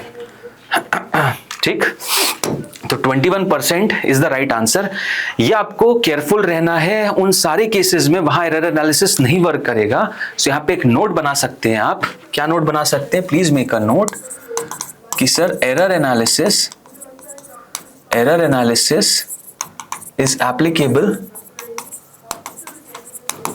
only when error percentage is less than 5. Error analysis is applicable only when the error percentage is less than 5. 5% से कम है तभी error analysis work करेगा, otherwise work नहीं करेगा, otherwise work नहीं करेगा। बात समझ में आई? चलो अब इसके बाद नेक्स्ट टॉपिक जो आता है वो हमारा था सिग्निफिकेंट फिगर। सिग्निफिकेंट फिगर देखो बड़ी ही सिंपल चीज है। यहाँ पे आपको रूल 1, रूल 2, रूल 3 सारे रूल दिख जाएंगे, 6-7 रूल दिखेंगे, बट आपको यहाँ पे बस ये 3 रूल ही याद रखने हैं। आपको जब एनसीईआरटी में देखोगे ना आपको 6 से 7 रूल दिखेंगे, कंप्लीटली नॉनसेंसिकल है। बस ये 3 रूल याद रख लो, हर क्वेश्चन सिग्निफिकेंट फिगर का बन जाएगा। पहला रूल क्या है कि सर जितने भी नॉन जीरो डिजिट्स होते हैं किसी भी नंबर में वो सिग्निफिकेंट होते हैं। यानी नंबर मान लेते हैं 4251, तो ये non zero non zero non zero non zero, यानी इसमें 4 सिग्निफिकेंट फिगर है। ठीक है सर। नेक्स्ट रूल क्या है? ऑल द जीरोस, जितने भी जीरोस हैं बिटवीन 2 नॉन जीरो डिजिट्स, ठीक है, and trailing zeros in a number with decimal are significant. What do you mean by this? This statement simply means that अगर if you have a number 2005, तो ये जितने भी zeros हैं ये 2 और 5 के बीच में आ रहे हैं, यानी ये भी सिग्निफिकेंट ये भी सिग्निफिकेंट, तो इसमें ये 4 सिग्निफिकेंट फिगर्स होंगे। और दूसरा ट्रेलिंग जीरोस मतलब 140.00 140.00, या फिर बेस्ट केस लेता हूं, एक सिंपल केस उठाता हूं। यहां पे आपके सामने दिया हुआ है कि भाई मान लेते हैं आपको नंबर दिया 0.12030, ठीक है, 0.12 वो भी ले लेंगे, कोई नहीं, 140.00 भी ले लेंगे, ठीक है। अब ध्यान दो, एक और नंबर लेते हैं 14,000, ठीक है। अब देखना, और तीसरा रूल भी देख लो, rest all zeros are non significant. Okay, यानी कौन से सिग्निफिकेंट है जीरोस? बस 2 ऐसे जीरोस जो कि 2 नॉन जीरो के बीच में आ रहे हैं वो सिग्निफिकेंट है, ओके। और ऐसे जीरोस जो कि ट्रेलिंग हो, किस नंबर में? जिसमें डेसिमल हो, ठीक है, ओके सर। यहां पे सर डेसिमल तो है नहीं, कोई नहीं, जितने जीरोस हैं वो 2 और 5 के बीच में, इसलिए 4 हो गए, ठीक है। यहां पे सर कितने जीरो? 1 2 3। कितने जीरो सर? 1 2 3, मतलब अल्टीमेटली गेम जीरो का है बस, कि जीरो कहां सिग्निफिकेंट नहीं है, ओके। बात करें इस जीरो की, तो ट्रेलिंग किसको बोलते हैं सर? पहले तो ये बताओ सर, ट्रेलिंग किसको बोलते हैं? ट्रेलिंग होता है पीछे वाले, जहां पूंछ होती है, पीछे वाले इधर वाले होंगे, आगे वाले ये होंगे। These are not trailing, trailing zeros are towards that side. ये ट्रेलिंग जीरोस है, ये ट्रेलिंग जीरोस है, ये ट्रेलिंग जीरो नहीं है, ठीक। तो सबसे पहले इस जीरो की बात कर लेते हैं, क्या सिग्निफिकेंट है? हाँ सर, क्योंकि 2 और 3 के बीच में आ रहा है, ओके। अब बात हो गई इसके और इसके, क्या ट्रेलिंग जीरो कहलाता है? क्या ट्रेलिंग जीरो कहलाता है? नहीं, क्या ये ट्रेलिंग जीरो कहलाता है? हाँ। तो सर ये सिग्निफिकेंट होगा उस नंबर में जिसमें डेसिमल हो। डेसिमल है क्या? हाँ, तो ये सिग्निफिकेंट है। और बाकी 1, 2, 3 तो सिग्निफिकेंट थे, यानी इसमें इन टोटल 5 सिग्निफिकेंट फिगर है। परफेक्ट। बात करते हैं इसकी। 140.00 ट्रेलिंग जीरो कौन से है सर? ये ट्रेलिंग जीरो है, ये ट्रेलिंग जीरो है, ये ट्रेलिंग जीरो है। डन। क्या इस नंबर में डेसिमल है? हाँ सर, तो सर इसमें भी 5 सिग्निफिकेंट फिगर होंगे। Okay sir. बात करते हैं इसकी। सर 1, 2, 3 ट्रेलिंग जीरो है, ठीक है। क्या इसमें डेसिमल है? सर डेसिमल नहीं है, और डेसिमल नहीं है तो बस ये सिग्निफिकेंट है, ये 3 नहीं है, यानी इसमें बस 2 सिग्निफिकेंट फिगर है। इसमें बस 2 सिग्निफिकेंट फिगर है। बात समझ में आ रही है? क्लियर है? तो जितने भी जीरोस आपके 2 नॉन जीरो डिजिट के बीच में आएंगे या फिर ट्रेलिंग आएंगे, वो हमेशा सिग्निफिकेंट होते हैं। वो क्या होते हैं सर? वो हमेशा सर सिग्निफिकेंट होते हैं। वो हमेशा सर सिग्निफिकेंट होते हैं। क्लियर है? Okay, done. समझ आया? All sorted? चलो सर, परफेक्ट। नेक्स्ट बात करते, कुछ सवाल कर लेते हैं इसी से related. Right down the number of significant figures in the following. Sir देखो 165 में 1, 2, 3, सर इसमें 3 है। इसमें सर 0, 0, 0, सर डेसिमल है लेकिन ये ट्रेलिंग नहीं है सर, बस 5 ही है। इसमें सर 2 और 5, सर डेसिमल है, डेसिमल से कोई मतलब नहीं, ये वाला 0 2 और 5 के बीच में आ रहा है इसलिए सिग्निफिकेंट 3 है। और सर इसमें डेसिमल आ गया है, डेसिमल दिख रहा है इसलिए ये होंगे। इसमें 3 प्लस ये 2 यानी 5 है। इसमें बात करें सर डेसिमल है लेकिन ये ट्रेलिंग 0 नहीं है, ये पहले वाले 0 है, ट्रेलिंग बस ये है, और बाकी 2, 3 और 4 तो हैं। इसमें सर 4 है। आई होप आप लोगों को समझ में आया किस हिसाब से कर रहा हूं मैं। आपको बस ये 3 रूल याद रखने हैं, आपका सिग्निफिकेंट फिगर हो जाएगा। इसके बाद नेक्स्ट चीज जो आती है वो आती है रूल ऑफ अरिथमेटिक ऑपरेशंस। तो सबसे पहला इसमें रूल आता है एडिशन और सब्ट्रैक्शन का, एडिशन का और सब्ट्रैक्शन का। अब एडिशन और सब्ट्रैक्शन के रूल की अगर मैं बात करता हूं तो ध्यान से देखना आप। एडिशन और सब्ट्रैक्शन ये बोलता है कि भाई जब भी आप किसी 2 नंबरों को ऐड कर रहे हो, यानी मान लो 4.001 प्लस 0.23 माइनस 0.1, ठीक है, आप इन 2 नंबर 1 नंबर को सब्ट्रैक्ट या ऐड कर रहे हो, तो जो फाइनल आंसर आना चाहिए ना, जो फाइनल आंसर आना चाहिए उसमें उतने ही डेसिमल होने चाहिए जितने की यहां पे सबसे कम जिसके पास है उसके पास हो। यानी इसके पास कितने डेसिमल है सर? इसके पास तो 3 डेसिमल है सर। इसके पास कितने सर? इसके पास तो 2 है सर। और इसके पास कितने सर? इसके पास तो सर 1 ही है, 1 डेसिमल है। तो हमारे फाइनल आंसर में सबसे लीस्ट जो है ना उतने ही डेसिमल होने चाहिए, यानी 1 होना चाहिए। अब इनको ऐड कर दो, 4.231 माइनस 0.1 तो 4.131 आ जाएगा। 4.131 आ रहा है। 4.231 में से 0.1 घटाओगे तो 4.131, और 4.131 को अप्रोक्सीमेट करके 1 डेसिमल तक लाना है, यानी अप्रोक्सीमेट करके 4.1 आंसर हो जाएगा। बात समझ में आ रही है? बात समझ में आ रही है? ये हमारा अप्रोक्सीमेशन होता है एडिशन और सब्ट्रैक्शन का। ऐसी मल्टीप्लिकेशन और डिवीजन का क्या होता है सर? मल्टीप्लिकेशन और डिवीजन में रहता है कि अगर मान लो 2 से 3 नंबर मल्टीप्लाई डिवाइड हो रहे हैं, जैसे 0.10 इंटू 1.000 होल डिवाइडेड बाय 0.001,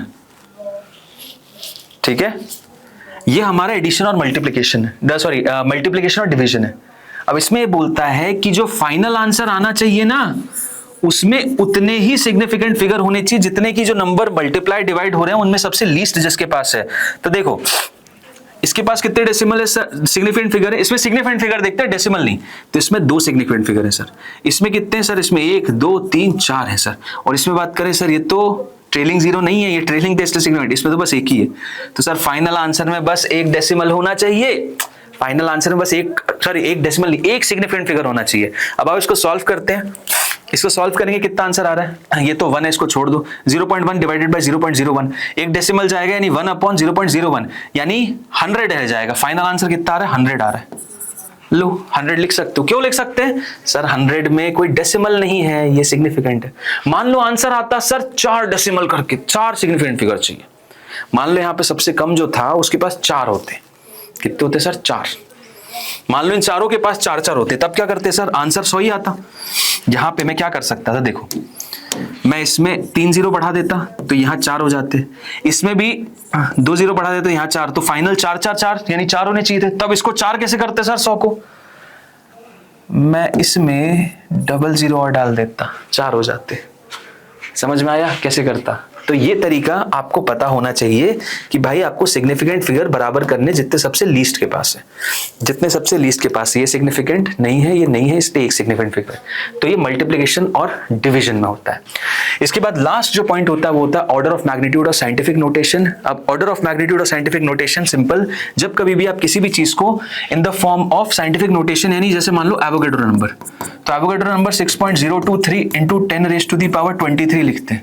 ऐसी gravitational constant 6.67 into 10 raise to the power -11। ठीक है, अब इन नंबर्स को अगर आप देखोगे ना ध्यान से, तो इनकी एक खास बात होती है, इसको साइंटिफिक नोटेशन बोलते हैं। और दूसरी चीज, कभी भी आप इसको 0.6 नहीं देखोगे, इसको 0.667 या इसको 66.7 नहीं देखोगे, आप इसको हमेशा 6.67 देखोगे। रीजन बीइंग, क्योंकि जब कभी भी आप साइंटिफिक नोटेशन में लिखते हो, यानी a into 10 raise to the power b में लिखते हो, तो इसका एक रूल रहता है कि ये जो a होना चाहिए ना, इसकी वैल्यू हमेशा 1 से 10 के बीच में ही होनी चाहिए, जिसमें 1 के बराबर हो सकती है लेकिन 10 के बराबर नहीं हो सकती। तो ये वैल्यू हमेशा 1 से 10 के बीच में ही होना चाहिए। बात समझ में आ रही है? ये 1 से 10 के बीच में ही होना चाहिए। अगर नहीं हो रही है तो बना दो, यानी 66.7 लिखा है तो उसको 6.67 इंटू 10 की पावर -11 लिख दो। समझ में आया? तो this is what order of magnitude and scientific notation is known as. ठीक, क्लियर, समझ आया? तो बस बेटा, इसी के साथ आपका ये जो पूरा चैप्टर है ये फाइनली कंप्लीट होता है। आशा करता हूं आप लोगों को समझ में आया। अब इसमें एक टॉपिक रह जाता है आपका, जो कि है स्क्रू गेज और वर्नियर कैलिपर। अब स्क्रू गेज और वर्नियर कैलिपर मैं यहां पे करवा सकता था, बट मैं स्क्रू गेज और वर्नियर कैलिपर बाद में, जब मैं आपके लिए एक्सपेरिमेंटल स्किल्स एक जो यूनिट अलग से एडेड है उसको जब करवाऊंगा, तो उसमें और भी बाकी अदर एक्सपेरिमेंट्स के साथ स्क्रू गेज और वर्नियर कैलिपर भी करा दूंगा, कोई इसमें दिक्कत नहीं है। तो यूनिट्स एंड मेजरमेंट यहीं पे खत्म होता है। कैसा लगा आप लोगों को जरूर बताइएगा।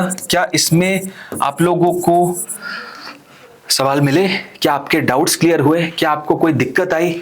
मुझे कमेंट में जरूर बताइएगा। मेहनत लगती है ऐसे वीडियोस बनाने में इतने लंबे, बट आपका अगर सपोर्ट मिलेगा, आपके लिए नॉर्मल लाइक रहेगा, बट मेरे लिए एक मोटिवेशन का काम करेगा, जिससे मैं आप लोगों के लिए और ऐसे बढ़िया लंबे वीडियोस बना सकता हूँ। ठीक है, तो कृपा करके लाइक करेगा वीडियो को, कमेंट करेगा, अच्छा बुरा जो भी हो, but do let me know. And इसके साथ ही हम आने वाले दिनों में भी अलग अलग चैप्टर्स की 11th और 12th की ऐसी 1 शॉट वीडियोस लाने वाले हैं आपके लिए। So stay tune to the channel. मिलेंगे नेक्स्ट में, तब तक take care everyone, bye bye and thank you so much.